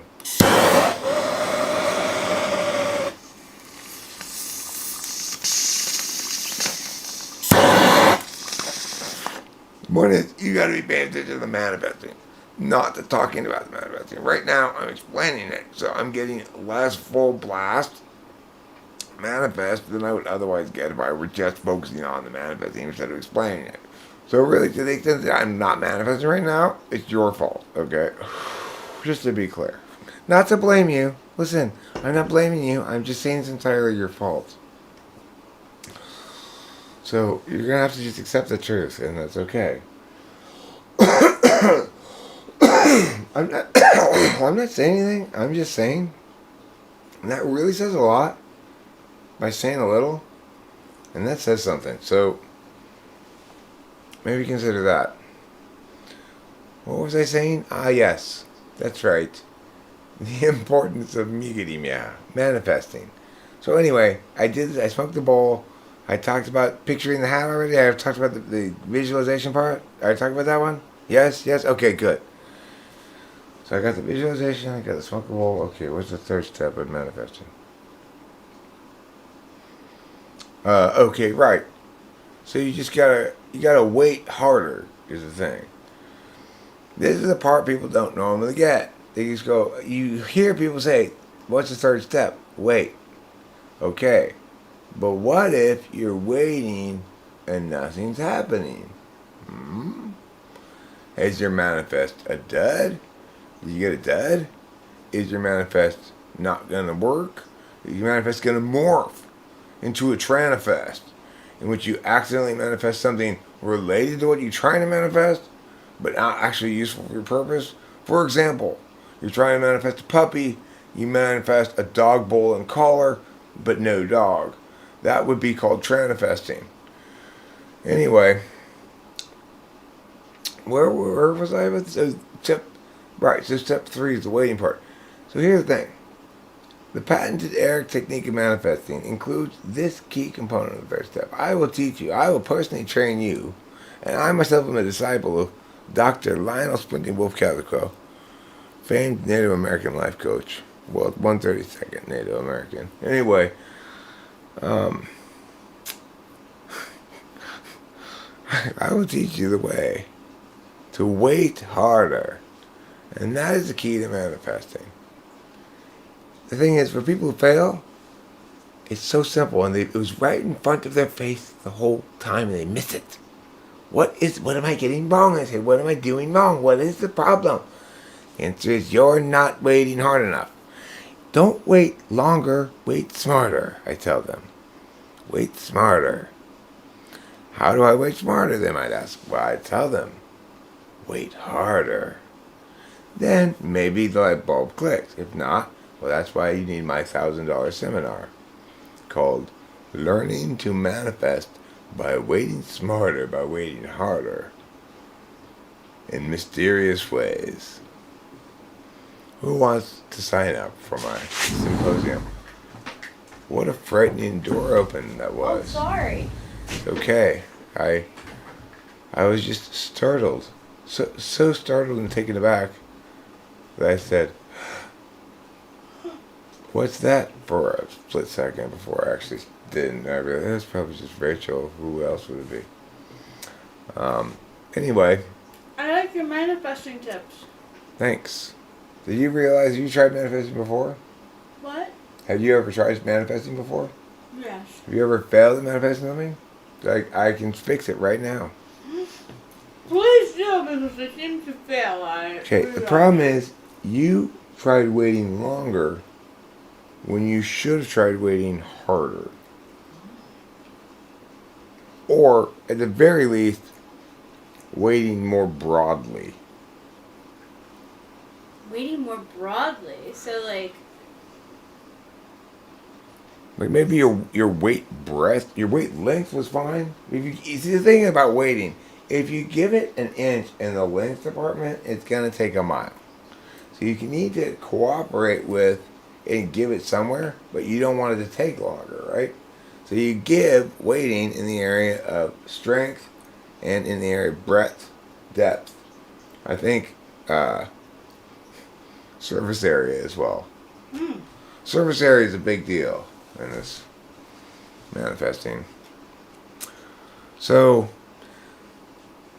Rachel does not have a toothbrush in her mouth. Yo-Yo, she has a potato in her mouth. Yep. You've mistaken a toothbrush for a potato. But I tell you what you manifested. You manifested a wonderful image in your own head of Rachel brushing her teeth.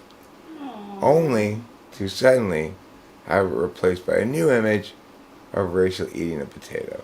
Wow, that's a lot of manifesting. And your brain right now is like, it's on fire, receiving these exciting juxtapositioned images, one right after another. Yeah. A toothbrush is the saddest thing ever on a day full of food. Really? I don't find toothbrushes either sad or happy or anything. Yeah. I find them a reminder that I should brush my teeth. Bye-bye. Bye, darling. I love you. Thanks for stopping by. I'll be in there in a little bit. Take your time. Yeah, I will, but You feeling tired? I am feeling tired, but I still need to go get cigarettes too. Yeah. So I think I'll put on the intermission and go get cigarettes. I don't think of toothbrushes really as linking to emotions, though, you know? I tell you what's sad. Frowny face. That's sad.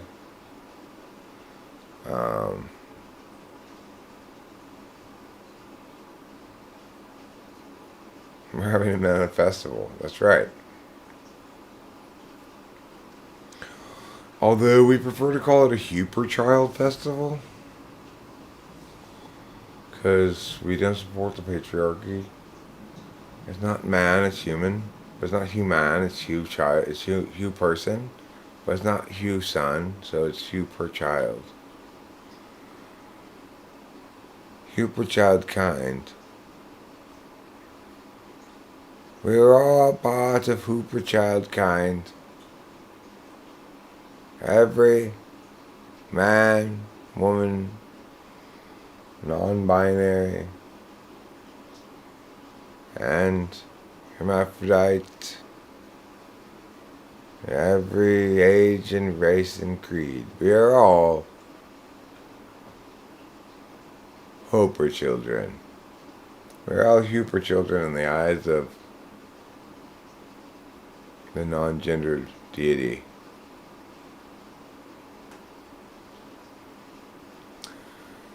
I am a Huper child in the eyes of my non-gender deity. Ooh, I'm a Huper child in the eyes of unity. Yeah, I'm a Unitarian, which means anything goes. Wah, wah, wah. Wee, wee, whoa. Unitarians. What a silly thing that is. It's like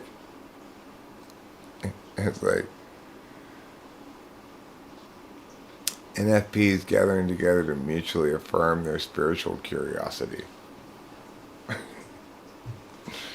I guess it's okay. You guys have fun with this thing. I don't mean to shit on it. Have as much fun with your thing as you want. I'm sorry to shit on your thing you're having fun with.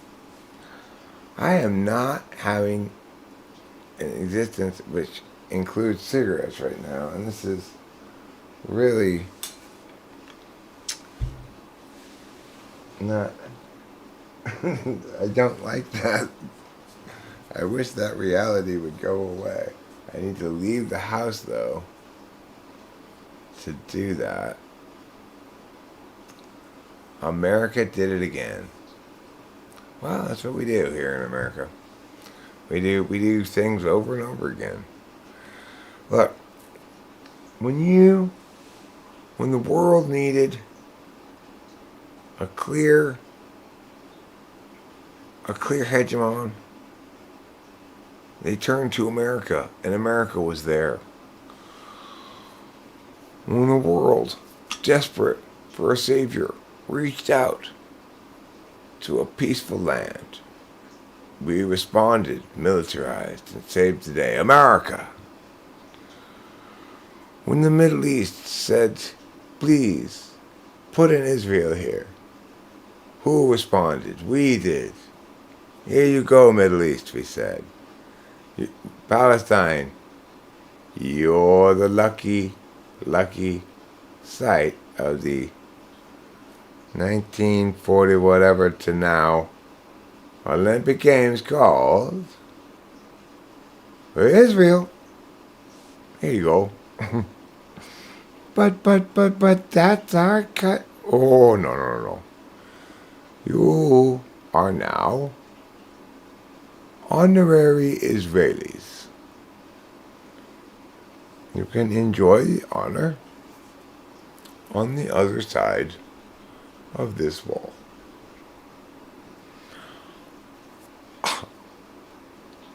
Wow. I'm assuming that's the better side of the wall?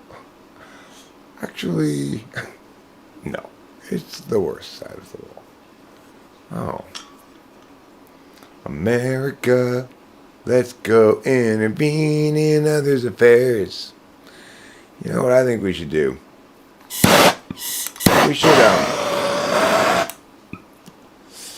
should get Colombia from South America and Chad from Africa and force them into one country.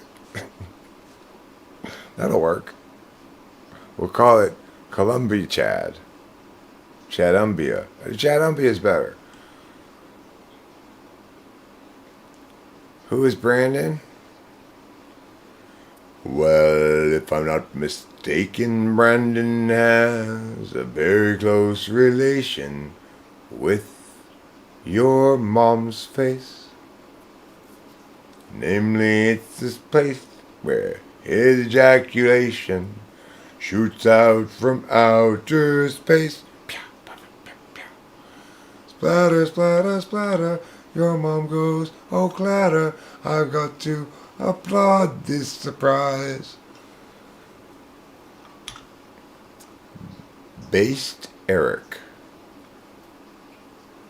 Don't baste me. I don't wish to be cooked for your holiday feast. I'm not a game bird. I'm a gay turd. And you may have misheard. Oh, sell me a lady, and you're my man.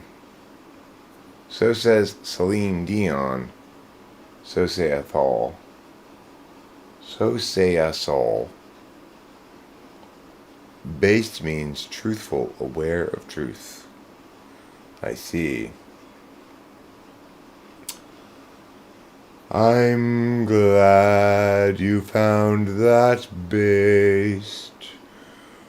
What colloquial legitimization to have youthful vernacular verify my legitimacy. Helps attain a segment of the Urban Dictionary reading demographic. I have a definition on Urban Dictionary I wrote of rills. It's another word for cigarettes. Because cigarettes can be called cigarillos. It's called rillos or rills, you know. A little bit of time when I called my cigarettes cigarillos. And it's sort of naturally, I'm going to smoke a cigarillo. Naturally, I can't stay on just one term. It's not a neutral one for very long, so it moved around a lot. And I wrote a definition of it accordingly on Urban Dictionary. Still there to this day. Ghostwriter! Hey, that's pretty presumptuous of you to hope that everyone here is having a wonderful Christmas. Maybe not everybody wants to have a wonderful Christmas. Maybe some people are wallowing in their misery and would like to be left alone to do so. It's what I call presumptuous hope. Socially awkward hope. Oh my God. Ghostwriter. Can you guys believe that? Can you believe how Ghostwriter embarrassed herself? Hope everyone here is having a wonderful Christmas so far. Oh my God. No. Please? Excuse you?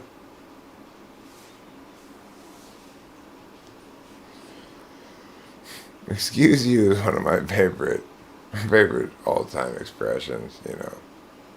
Excuse you? It's just funny. It's got this kind of thing too, you know. I'd also say that among my favorite all-time words is, of course, whoopah. Whoopah is a fantastic word. Whoopah, you know, so pitted. And another one of my favorite words is yeet. Because we needed a word that conveyed a sense of get away from me, trash. not just like, I mean, we normally, in other words, if you throw something away normally, it doesn't have a word that goes with it. You don't go throw away, you know. But sometimes your relationship with that moment requires you to make a proclamation of this is not mine anymore. I'm getting it away. Yeet, you know. So I enjoy the fact that yeet conceptually fills a niche of sorts that was needed.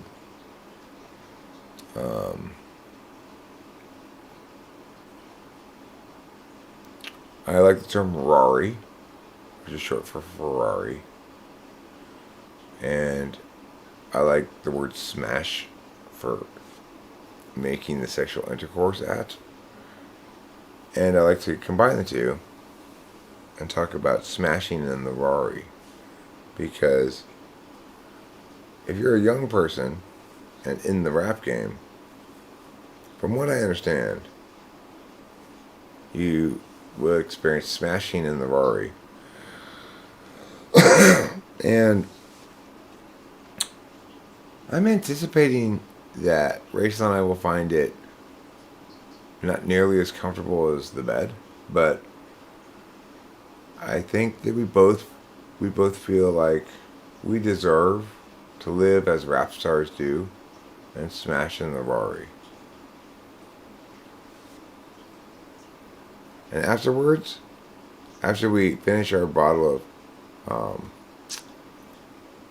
what she calls it, what you've been drinking it,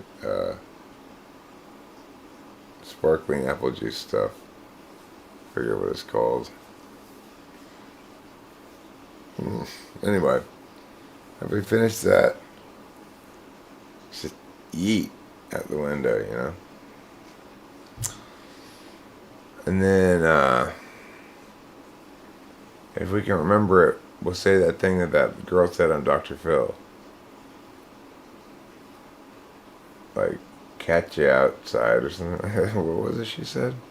It was a meme for a while. You may recall. Bottle full of bub. Yes, yesterday Rachel and I were listening to Go Shorty, it's your birthday, and we're gonna party like it's your birthday. Cash me outside, right? We say yeet, and then Rachel lean out the window. Cash me outside. We'll make a video of this combination of different elements of youth cultures. We'll have our bottle full of bub. You know what? Actually, Rachel will be dressed in apple-bottom jeans as well, with boots with a fur.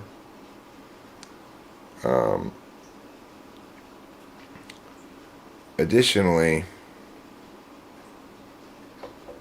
I'm going to like the way she worked it, and I'm going to like the way she do it right there. Both. So, that should increase the rap legitimacy and, I guess you might say, cultural dovetail fittedness by 3 or 4 points. This is what I call dedication to the live stream craft. I am really scraping the floor for butts here, and yet, thanks to my brave sacrifice, I'm still hesitating here. What a wonderful night of drug doing it was. And a fun and wonderful time was had by all. What are you going to have me peek at, Peter? I don't want to peek at your Peter. What, do I have a typing tomorrow morning? God, I think I have a typing like 8 in the morning. Fuck. Ay. I better go to bed soon. Let me look at my calendar. I'm gonna look at my calendar. I'm gonna see what it says. Oh, hooray, hooray, hooray. I don't have shit on Christmas Day. I could sleep in. I could sleep until 9 or 10, 11 or noon and 1 or 2, 3 or 4 or even more. Tomorrow's Christmas Day. Ho, ho, ho, mistletoe, stockings and all that kind of stuff. I don't need it. I don't think Rachel does either. We've had enough of that stuff. I think we'll both enjoy sleeping in all day. So, ho, ho, ho, it's Christmas Day already today, right now. 'Cause it's after midnight where I'm at, and that means you know how. It is the day that follows the day from before. And that makes now Christmas Day, you stupid whore. That last bit didn't really fit in with the rest of this song. Sorry, I may have gotten that bit wrong.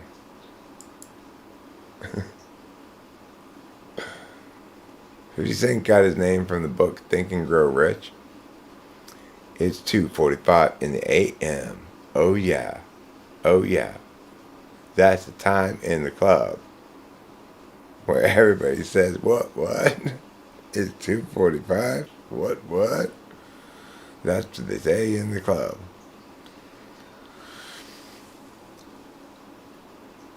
It's almost 3 a.m. It's almost 3 a.m. in my back house here, but it's past 3 a.m. in my heart. Keep that in mind, will you? Come on, Eric, what? I don't want to watch your YouTube link. I don't want to laugh at that. If I wanted to receive videos, I wouldn't be live streaming. I'd be watching videos. Can you be my crypto advisor? I don't need a crypto advisor.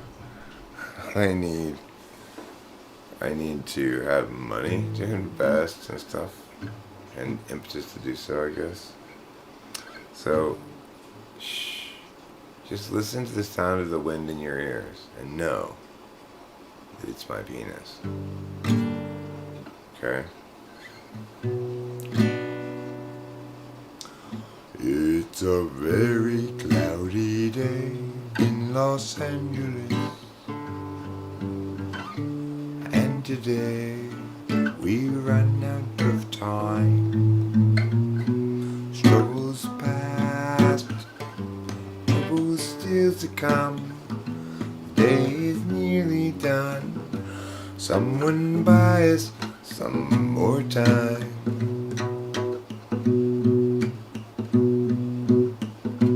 Cloudy day in Los Angeles.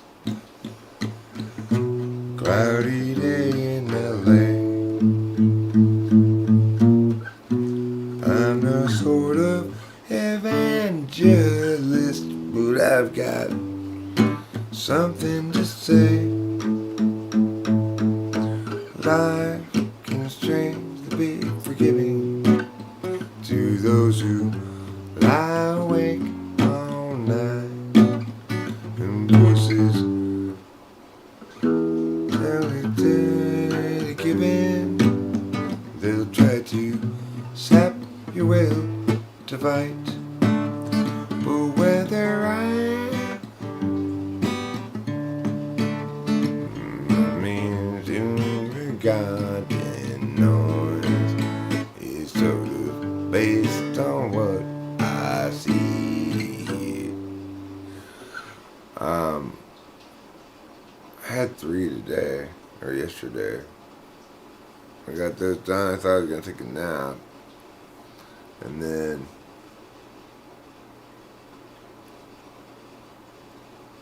what happened? I looked at ESPN.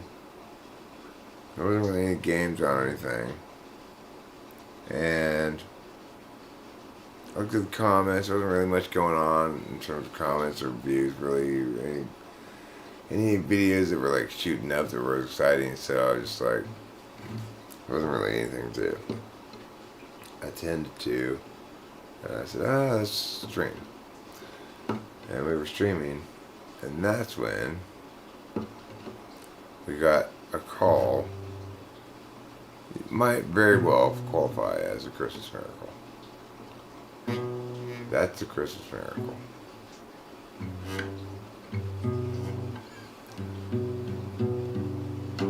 The typing sessions get consistently about the same views. I mean, maybe a little more popular, but they've been about the same range for a while. But I mean, in terms of people booking them, you're right.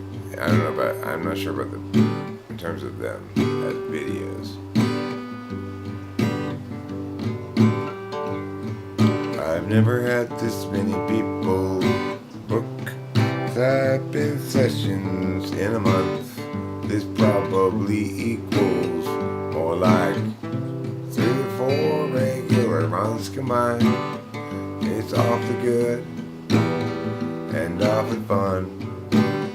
It's nice and good to get things done, and it might also help the channel some imaginary day.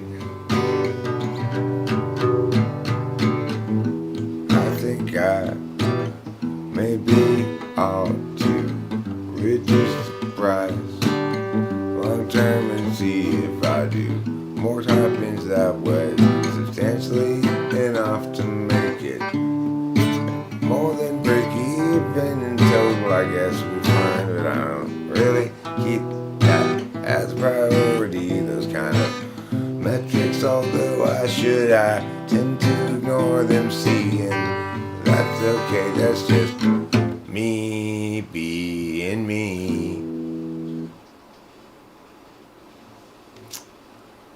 I'm manifesting. Manifesting. You know what I am going to manifest? Oh, I forgot to. Oh, you know what? Even my half-assed manifesting. Look, it worked. I now have the hat I was trying to manifest on my head. All it really required was somebody to remind me about this nonsense. And there it was. Right on cue. Almost as though it was magically waiting for me. And it's all thanks to the power of not manifesting, not sanifesting, not tanifesting or zanifesting, but manifesting. Who's the man? Me. What's the I? It's I. What's the fest? The festival we're having. Doing what? Watching me manifest shit. All to the motherfucking yeah. That's what one would say if one were to try to position oneself as cool or something. Which, God forbid I make that mistake. I would never overcome the shame shivers. He's Gregory,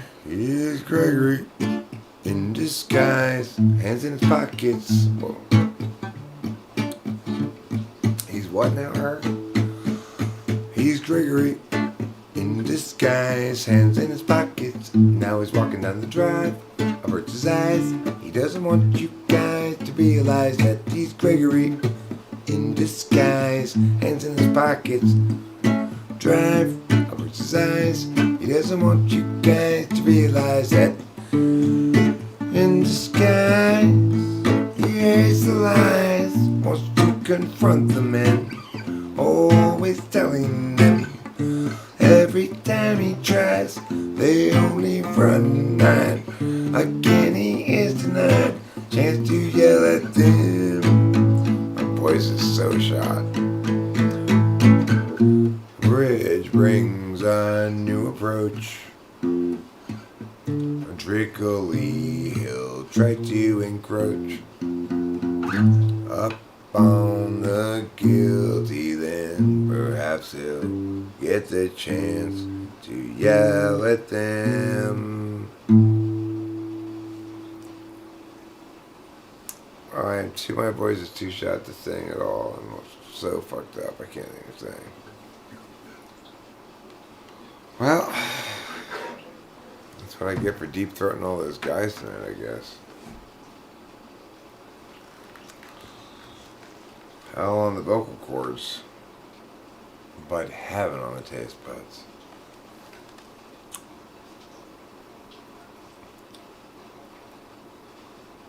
Anywho, I'm going to put on a playlist and go get cigarettes now. And the reality is, when I get back, I'll probably be about ready for bed. But I'm going to do this so that those of you who wish to chill a few more minutes and bid each other extended adieus have an opportunity to do so. There's no abrupt ending that makes you go, "Aw, that cut off suddenly." So, here we go. First thing, in order for me to do this, I have to deploy the android to the outside of the ship. Why? Space junk got on us. Space junk got on us? What does that even mean? It means we didn't used to have space junk on us, now we do. Fair enough. What am I looking for?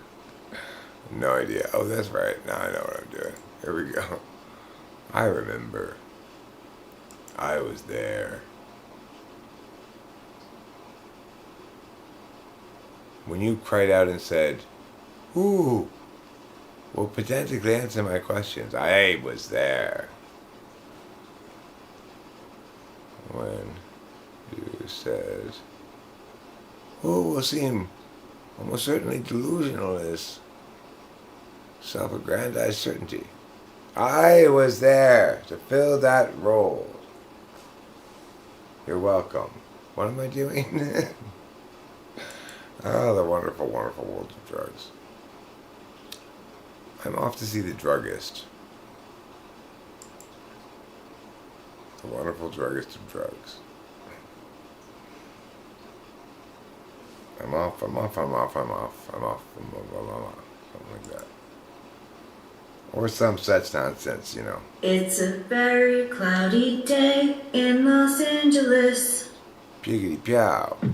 And today, we run out of time. Big piggity pow. Struggles past. Big piggity pow. Troubles still to Big come. piggity pow. The day is nearly Big done. piggity pow. Someone buy Big us some more piggity pow. time.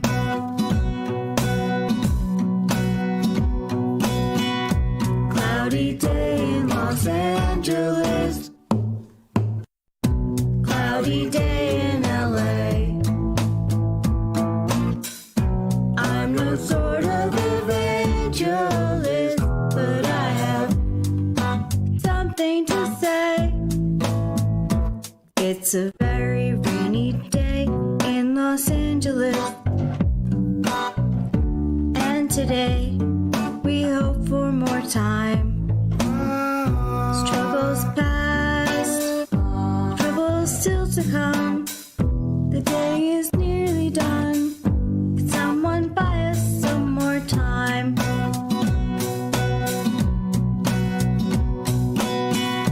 Cloudy day in Los Angeles. Cloudy day in LA. I'm no sort of evangelist, but I have something to say. Life can strangely be forgiving to those who stay awake all night, and mostly voices say to give in and try to sap your will to supposed to be here, or just be soon forgotten noise. It's sort of based on what I see here, and also on what I avoid. It's a very cloudy day in Los Angeles, and today we run out of time. Struggles past, troubles still to come. The day is nearly done. Someone buy us some more time.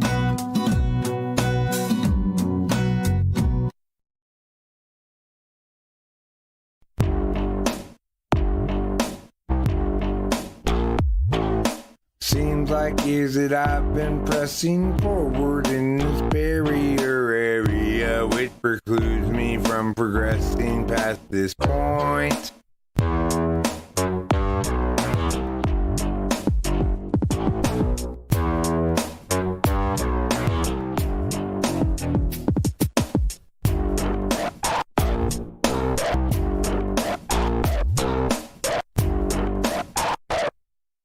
Every time I step on that, I learn just as little I know about what.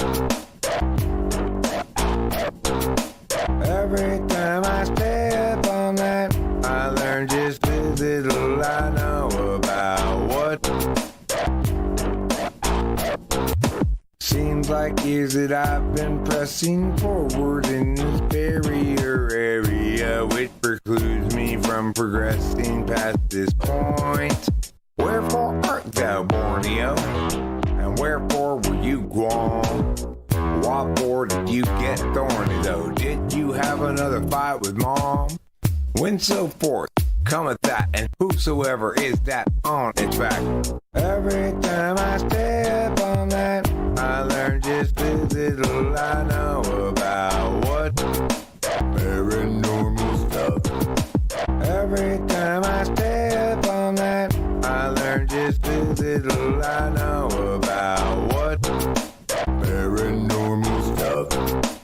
Every time I step on that, I learn just as little I know about paranormal stuff.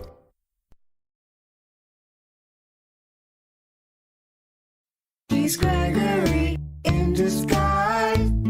He hates the lies, wants to confront the men, always telling them. But every time he tries, they only run and hide. Again he is denied, chance to yell at them. So now he's Gregory in disguise, hands in his pockets. Now he's walking down the drive, averts his eyes.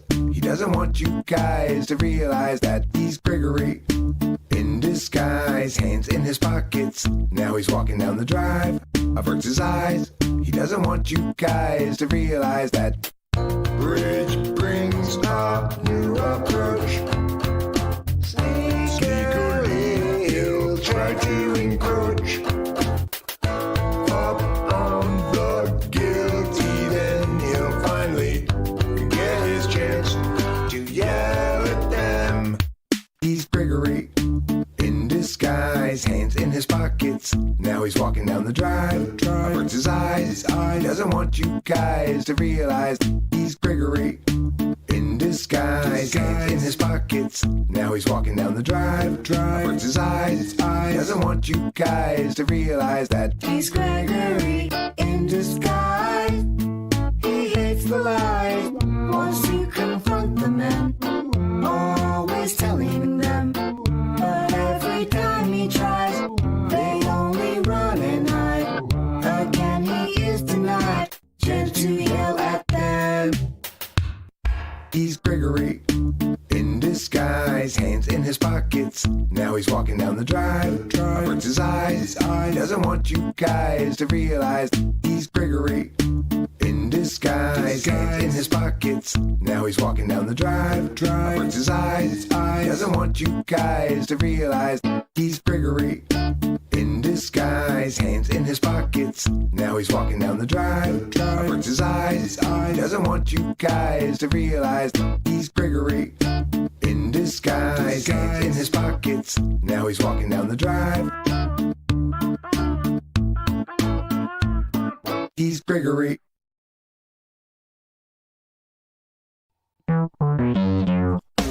Her dress, ignored distress, assessed her chest, left a mess, exit west, and the best we can do is attest that it's true. There's nothing confusing. Lisbeth guessed cops were musing, but Lisbeth didn't have any confusion. She kicked in your door at the stroke of noon, then each and every day from April to June, when various plans all about various deeds underway. Every doubt that it's scary, but that's about all you can say. Various plans all about various deeds underway. Every doubt that it's scary, but that's about all you can say. She resumed, it was fall. Whispers began to carry at the mall, and tipsters always make the scary call if you're hiding from the heat in a bathroom stall. She was drinking, it's an irrelevant point. She started thinking about smoking a joint. She's been clinking plenty glasses too. You probably didn't know yet what you would do.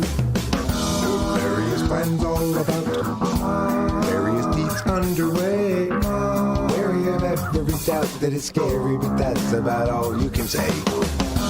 Various plans all about various deeds underway. Wary of every doubt that it's scary, but that's about all you can say. Various plans all about various deeds underway. Wary of every doubt that it's scary, but that's about all you can say. Various plans all about various deeds underway. Wary of every doubt that it's scary, but that's about all you can say.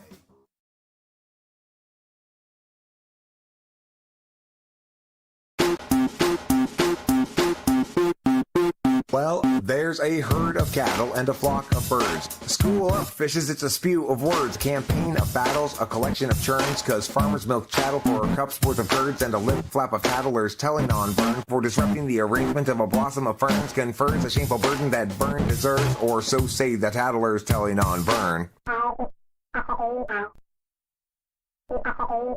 Bats are colonial, bees are swarmy. A quiver's worth of cobra res is making me horny. Got a cat named Capillo and a dog named Ferd. Cassiopeia is the name of my bird. There's no crowder for my cat. Ferd has no pack. Got no grip of badgers, 'cause badgers attack. And the same goes for weasels, which come in a sack. But my Cassie's in a murder and they're all in black. Nobody's coming alone today. Nobody's alone. All of the creatures gather up their crews. Gather their crews.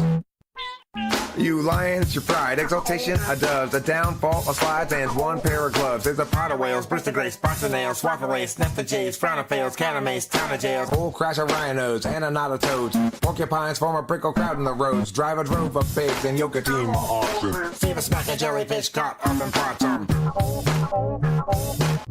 Nobody's coming alone today. Nobody's alone. All of the creatures gather up their crews. Gather their crews. Everybody's gonna have a friend. Nobody's coming alone today. Nobody's alone. All of the creatures gather up their crews. Gather their crews. Nobody's coming alone today. Nobody's alone. All of the creatures gather up their crews. Gather their crews.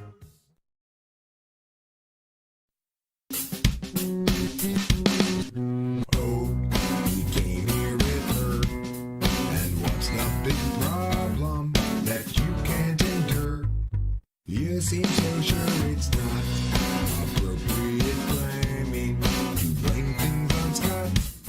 Despite getting caught, he's got you reframing for him.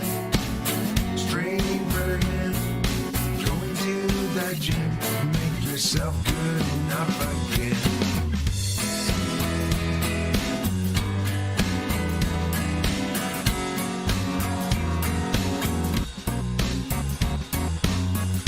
Yeah, you guys both have lots invested. That's not a reason to stay around.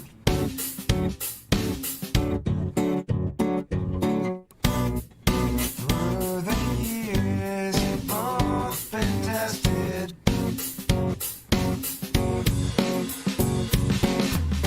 Time to move up. Find higher ground. So he came here with her. And what's the big problem that you can't endure?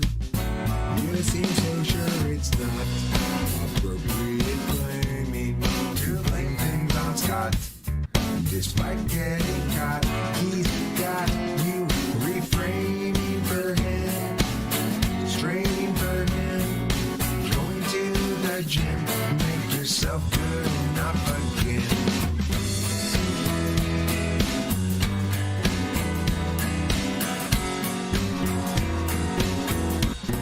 Be done with him.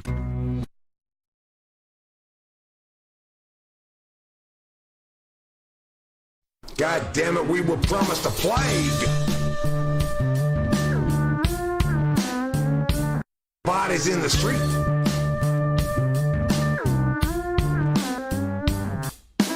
So we had to flatten the curve. Not overburden healthcare, sir. But you see, it's been underburdened. Gee, cause this COVID thing's been so exaggerated. We have been lied to, fooled, misguided, directed to the wrong side. Your cherry picking art is not gonna work. You don't know your stats, your data gathering methodologies are crap. Listen here, if you only test the sickest, what you think is gonna be the trick? Stupid and scared. COVID-19 destroy everything for the impression you bring. Stupid and scared. COVID-19 destroy everything for the impression you bring. Stupid and scared, scared and dumb. We swallow the gum.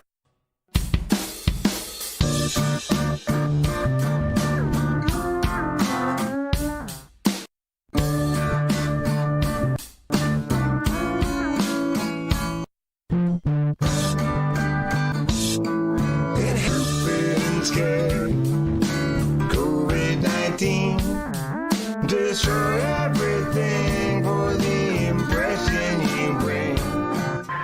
Stupid and scared. COVID-19 destroy everything for the impression you bring.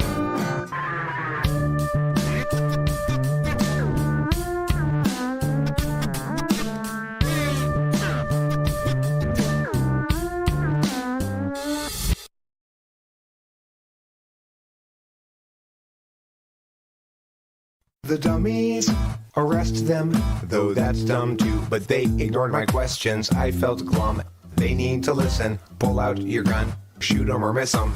Now you're an archetypal one, belligerent, cocksure, and dumb. Your grading failure exemplifies why it's bad to leave your kind of dumb dogs lie. Insipid craps inside your head cup. Mentally, you're just a newborn pup who has himself well deluded. Talk of having thoughts, but your thinking's not included. The dummies, arrest them, though that's dumb too, but they ignored my questions, I felt glum. They need to listen, pull out your gun, shoot 'em or miss 'em. You're proud and sure for no reason. A brand new truth for every season. You think engagement is to provoke, but that's just because your brain is broke. Wait a minute, that's unfair now. You're not dumb for a human, you're smart for a cow. It's not your fault that you can't think, but your stupid still makes our boat here sink. The dummies, arrest them. Though that's dumb too, but they ignored my questions. I felt glum. They need to listen. Pull out your gun, shoot 'em or miss 'em. And not just you is on that boat, though maybe only you can neither swim nor float. Yet again, you run and get your coat, seize the helm, cheer, steer, and gloat.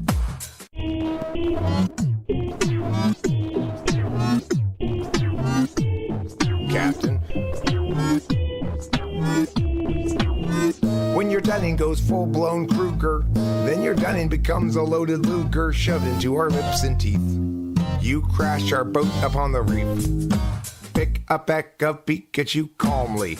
Sick a pack of piplups upon me. Rick's deck sits flat in front of you, so play to slay the way you do, straight through. Attack, attack, and don't let up, even though we only now just met up. Unless you suspect a secret setup. Meowth hiding under side ducks, get up. The dummies, arrest them. Though that's dumb too, but they ignored my questions. I felt glum.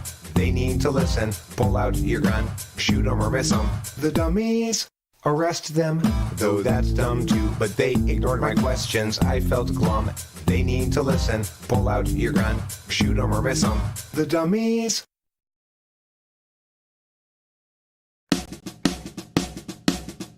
People everywhere gather up. I'm back and better than ever, friends.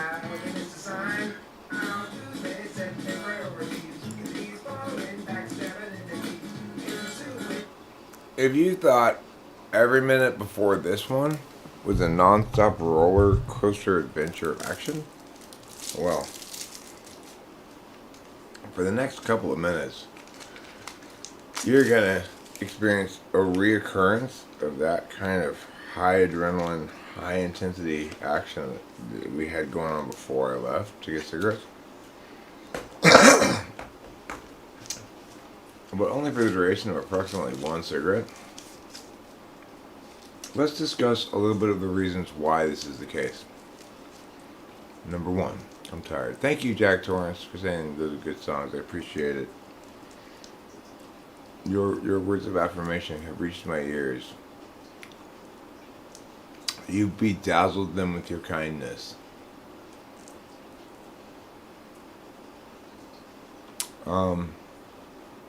So yeah, I'm tired. That's one reason.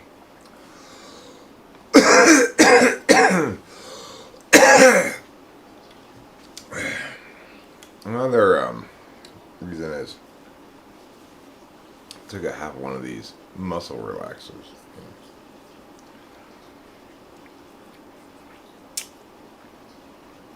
And the reason I did that is because I've been noticing that my muscles have been suffering from a lack of relaxation. I don't really have any them time, you know?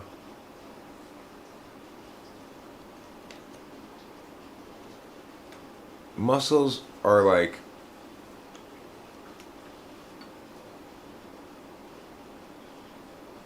your own body's day laborers that never go on vacation. Think of it that way, maybe you'll have more appreciation for your own muscles. Anyway, I'm gonna smoke a cigarette and I'm gonna vamoose, as they say.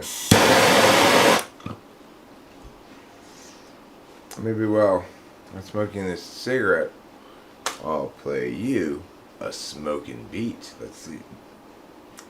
We'll find out if that's what happens.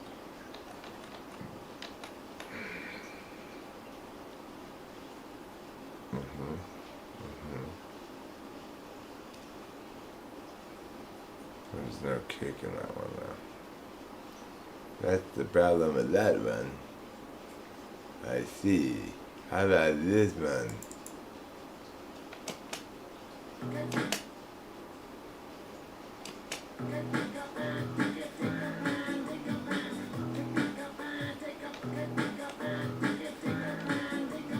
It's not lit properly.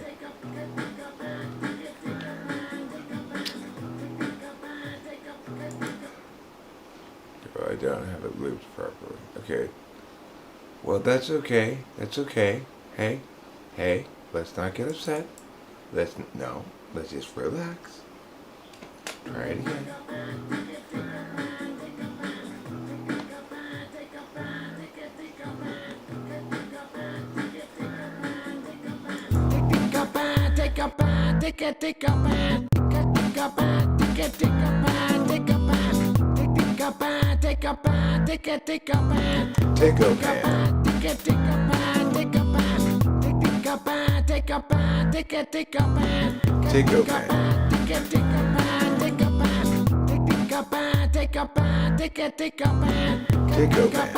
It's my favorite kind of can. It's my Tico can.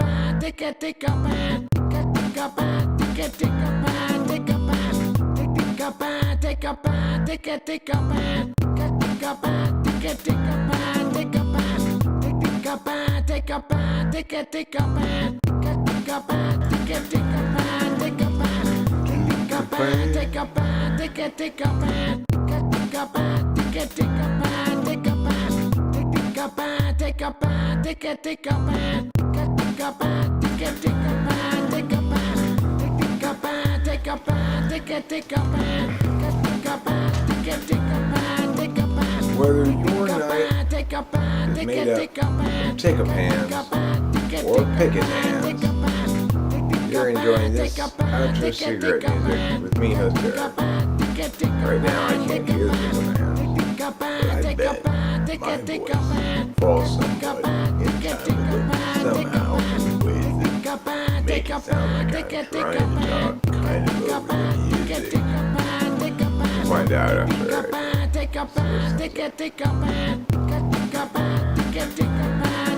Oh, you mean it sounds like tick-a-pans, right? Tick-a-pan, oh tick-a-pan, tick-a-pan, tick-a-tick-a-pan, oh tick-a-pan, tick-a-pan, tick-a-tick-a-pan, oh tick-a-pan, tick-a-pan, pan. I can't hear it, so but anyway, I'm done with the cigarette. Let me just chat with myself. We're going to lie down with my beloved Rachel. I really love her.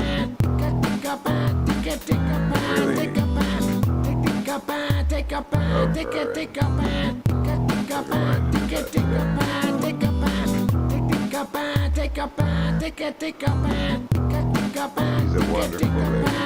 Majestic glory.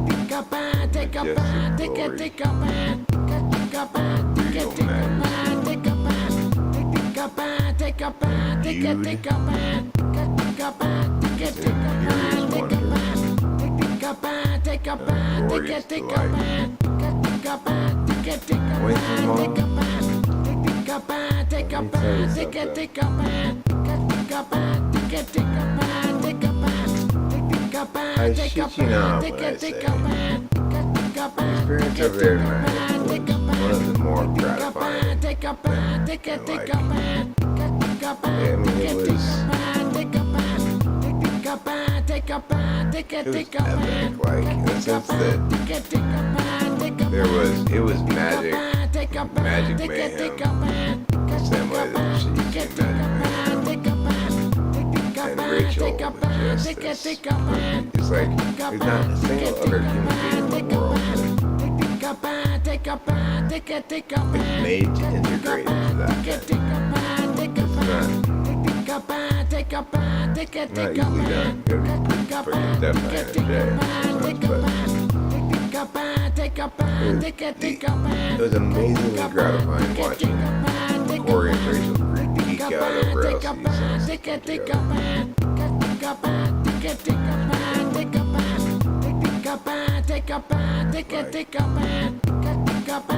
We're all. The thing is,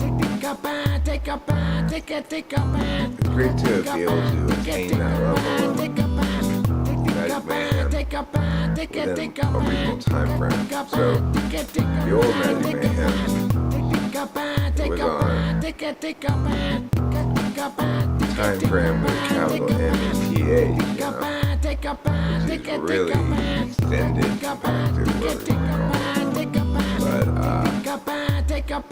But Dimitri is so, it's an hour tops the road, and yet it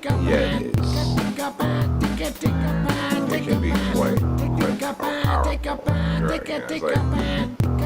It's a powerful psychedelic. The bats you get or whatever, basically zero chance of bad tripping on it. Not you can't bad trip. And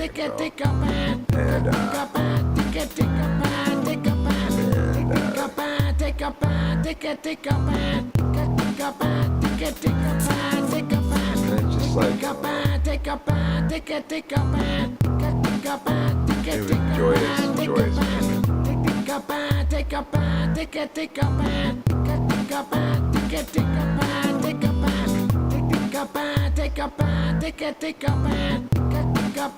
Hard to hear you over the take a bath. Oh, that thing, I forgot about that. Sorry. Forgot about that. My bad. I forgot that was still playing. So anyway, yeah, it was incredibly gratifying to see. It's to sort of recognize how Rachel's, quite instrumental to this reconnection, because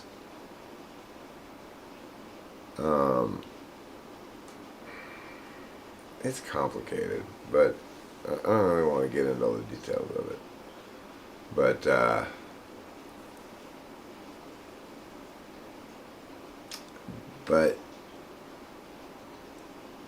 anyway,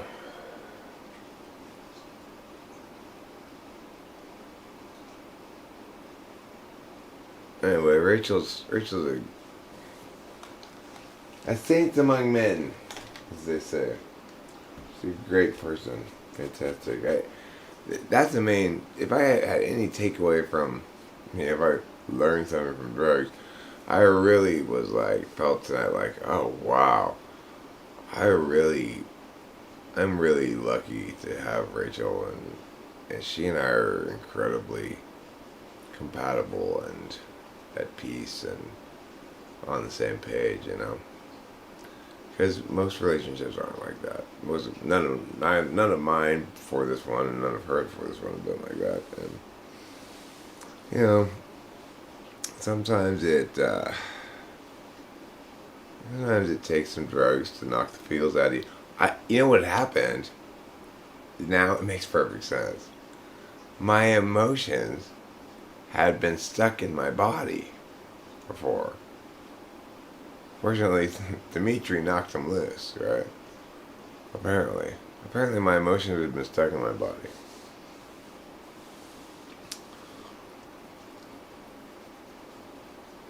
I think I have a theory that when my emotions get stuck in my body, they all get stuck in my pituitary gland.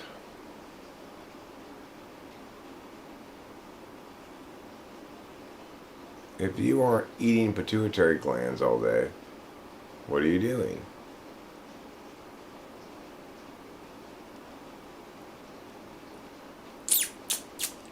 Anyway, Winston's mom, thank you for the gifts and everything.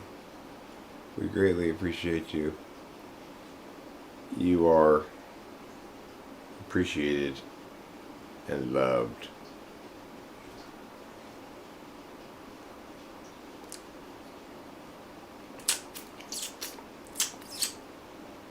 I think I'm smoking another cigarette before bed. One more cigarette. Have enough coffee for one more cigarette? I need at least one sip of coffee.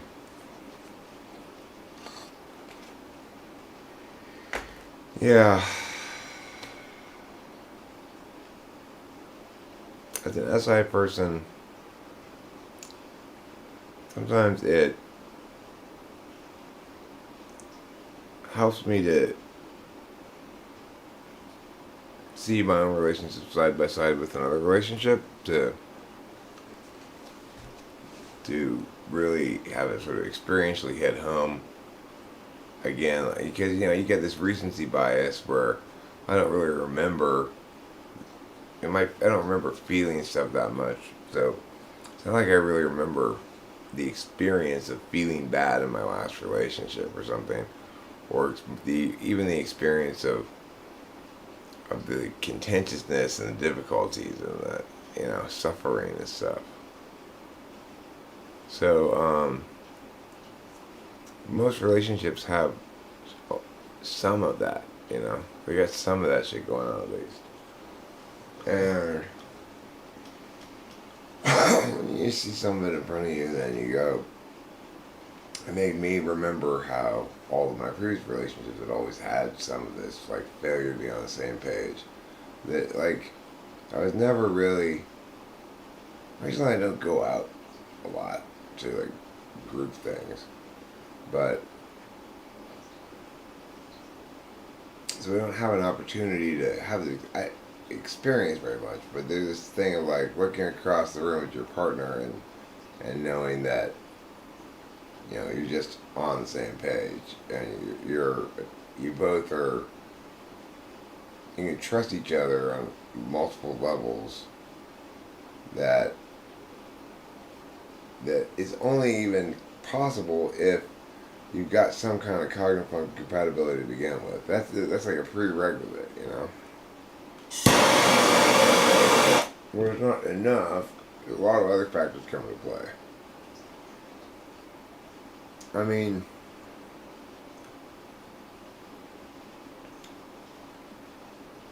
to find somebody who's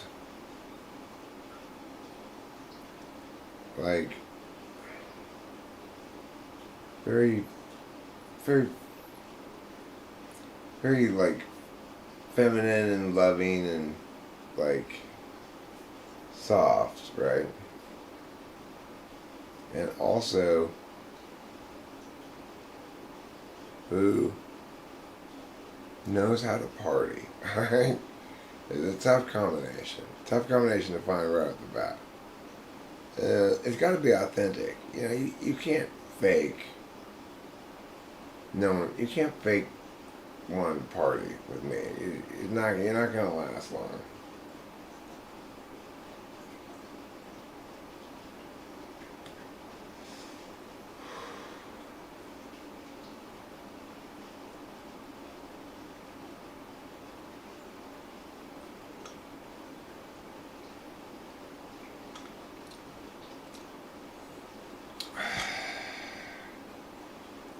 So,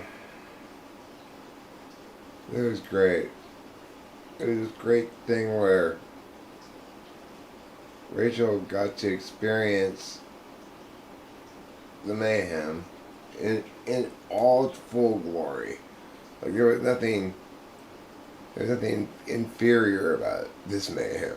It was fantastic, and she fits in perfectly. Like, that I've never conceived of having. Like, my significant other was always going to have to be excluded from certain he had to keep some things on the DL, right? Because the wife doesn't necessarily want you going off to yeah, even though you know what you're doing and it's fine. But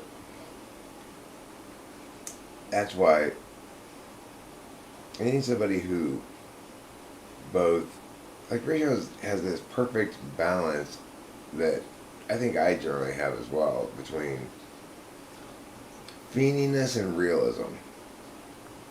So it's like, I might get a little fiendy sometimes, but it doesn't really push me to actually work that hard to get DRUGS. So, and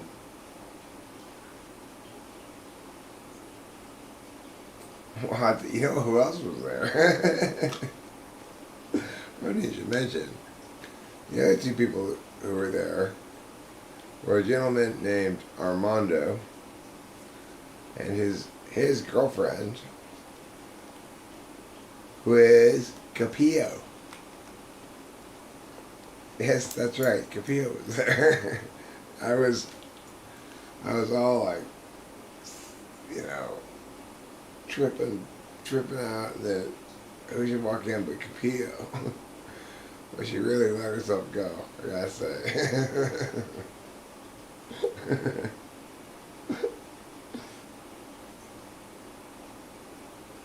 Oh, ENFJ. I mean, I did a good amount of it was like half of it. You know, I did a fair amount of verification on multiple vectors, and she was pretty definitively ENFJ.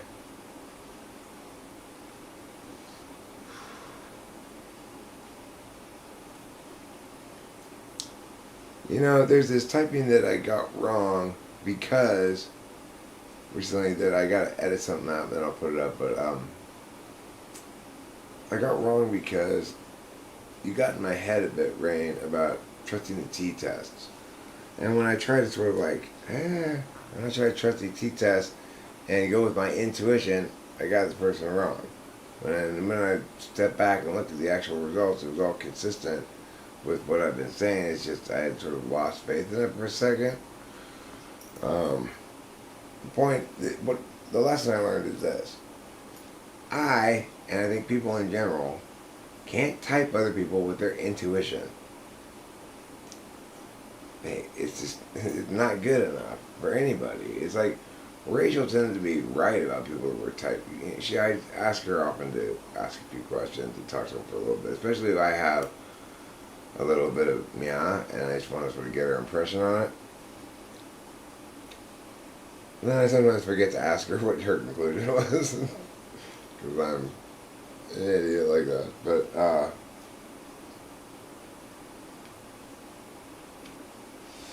But she's got great intuition, but at the end of the day, intuition's inadequate to type somebody. You've got to have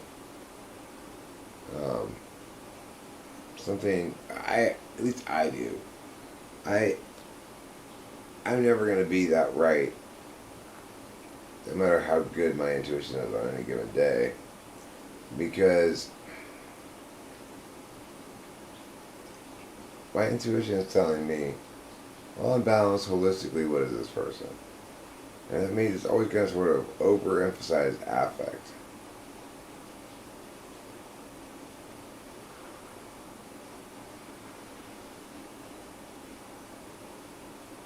Yeah, I like double, triple checked it, Rain, on the SI thing. I SI tested the shit out of her. ENFJs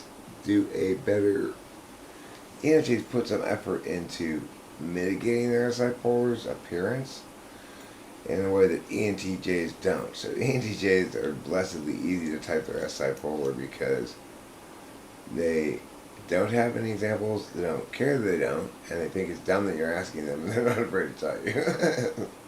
It's like, okay, cool. So, it's very clear that you don't have this, you're not going to try to fake it for me, and you think it's silly.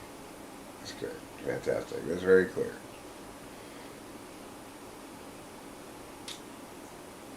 But, you know, when you get the FP in the mix, then there's this imitative quality to it that means they're going to incorporate some things that are SI things that nevertheless maybe resonate differently for them in their frame, but work equivalently that they're going to adopt. So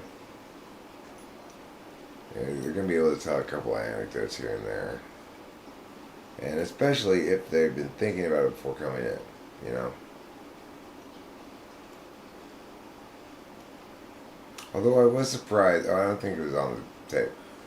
You know, I told her this story, had her tell me this, finish the story about, what was his name? What did I make the character's name? I don't remember it now. But it was started with a V. It was like, Vincenzo or something, but it wasn't. Anyway, I asked her, like later on in the session after she'd said, what was the name? Javier was the character's name. What was the character's name? And she remembered it, and I thought, okay, well, I wouldn't expect that, but I did kind of drill home the name because I knew I was going to do that later. I wanted to see. So I don't remember exactly what it was that made me conclude yes as I forward, but a number of other things it kind of broke down under pushing. Anyway, I have to go to bread, which is where I lie between wheat and white in search of mayonnaise. Called sandwich time. I'm the meat in a me and the bed sandwich. Okay. Yeah, it's time for me to go to bed. I'm done. I'm done. I want to thank you all for being here. Please don't forget to eat plenty of cheese. And hey, if you got nothing better to do after this stream, well, why don't you go check out those online trips without clothing? This could be important. We don't know what we're missing on that, okay? Thank you for the $2. I forget what they're called. And good night, America and the world.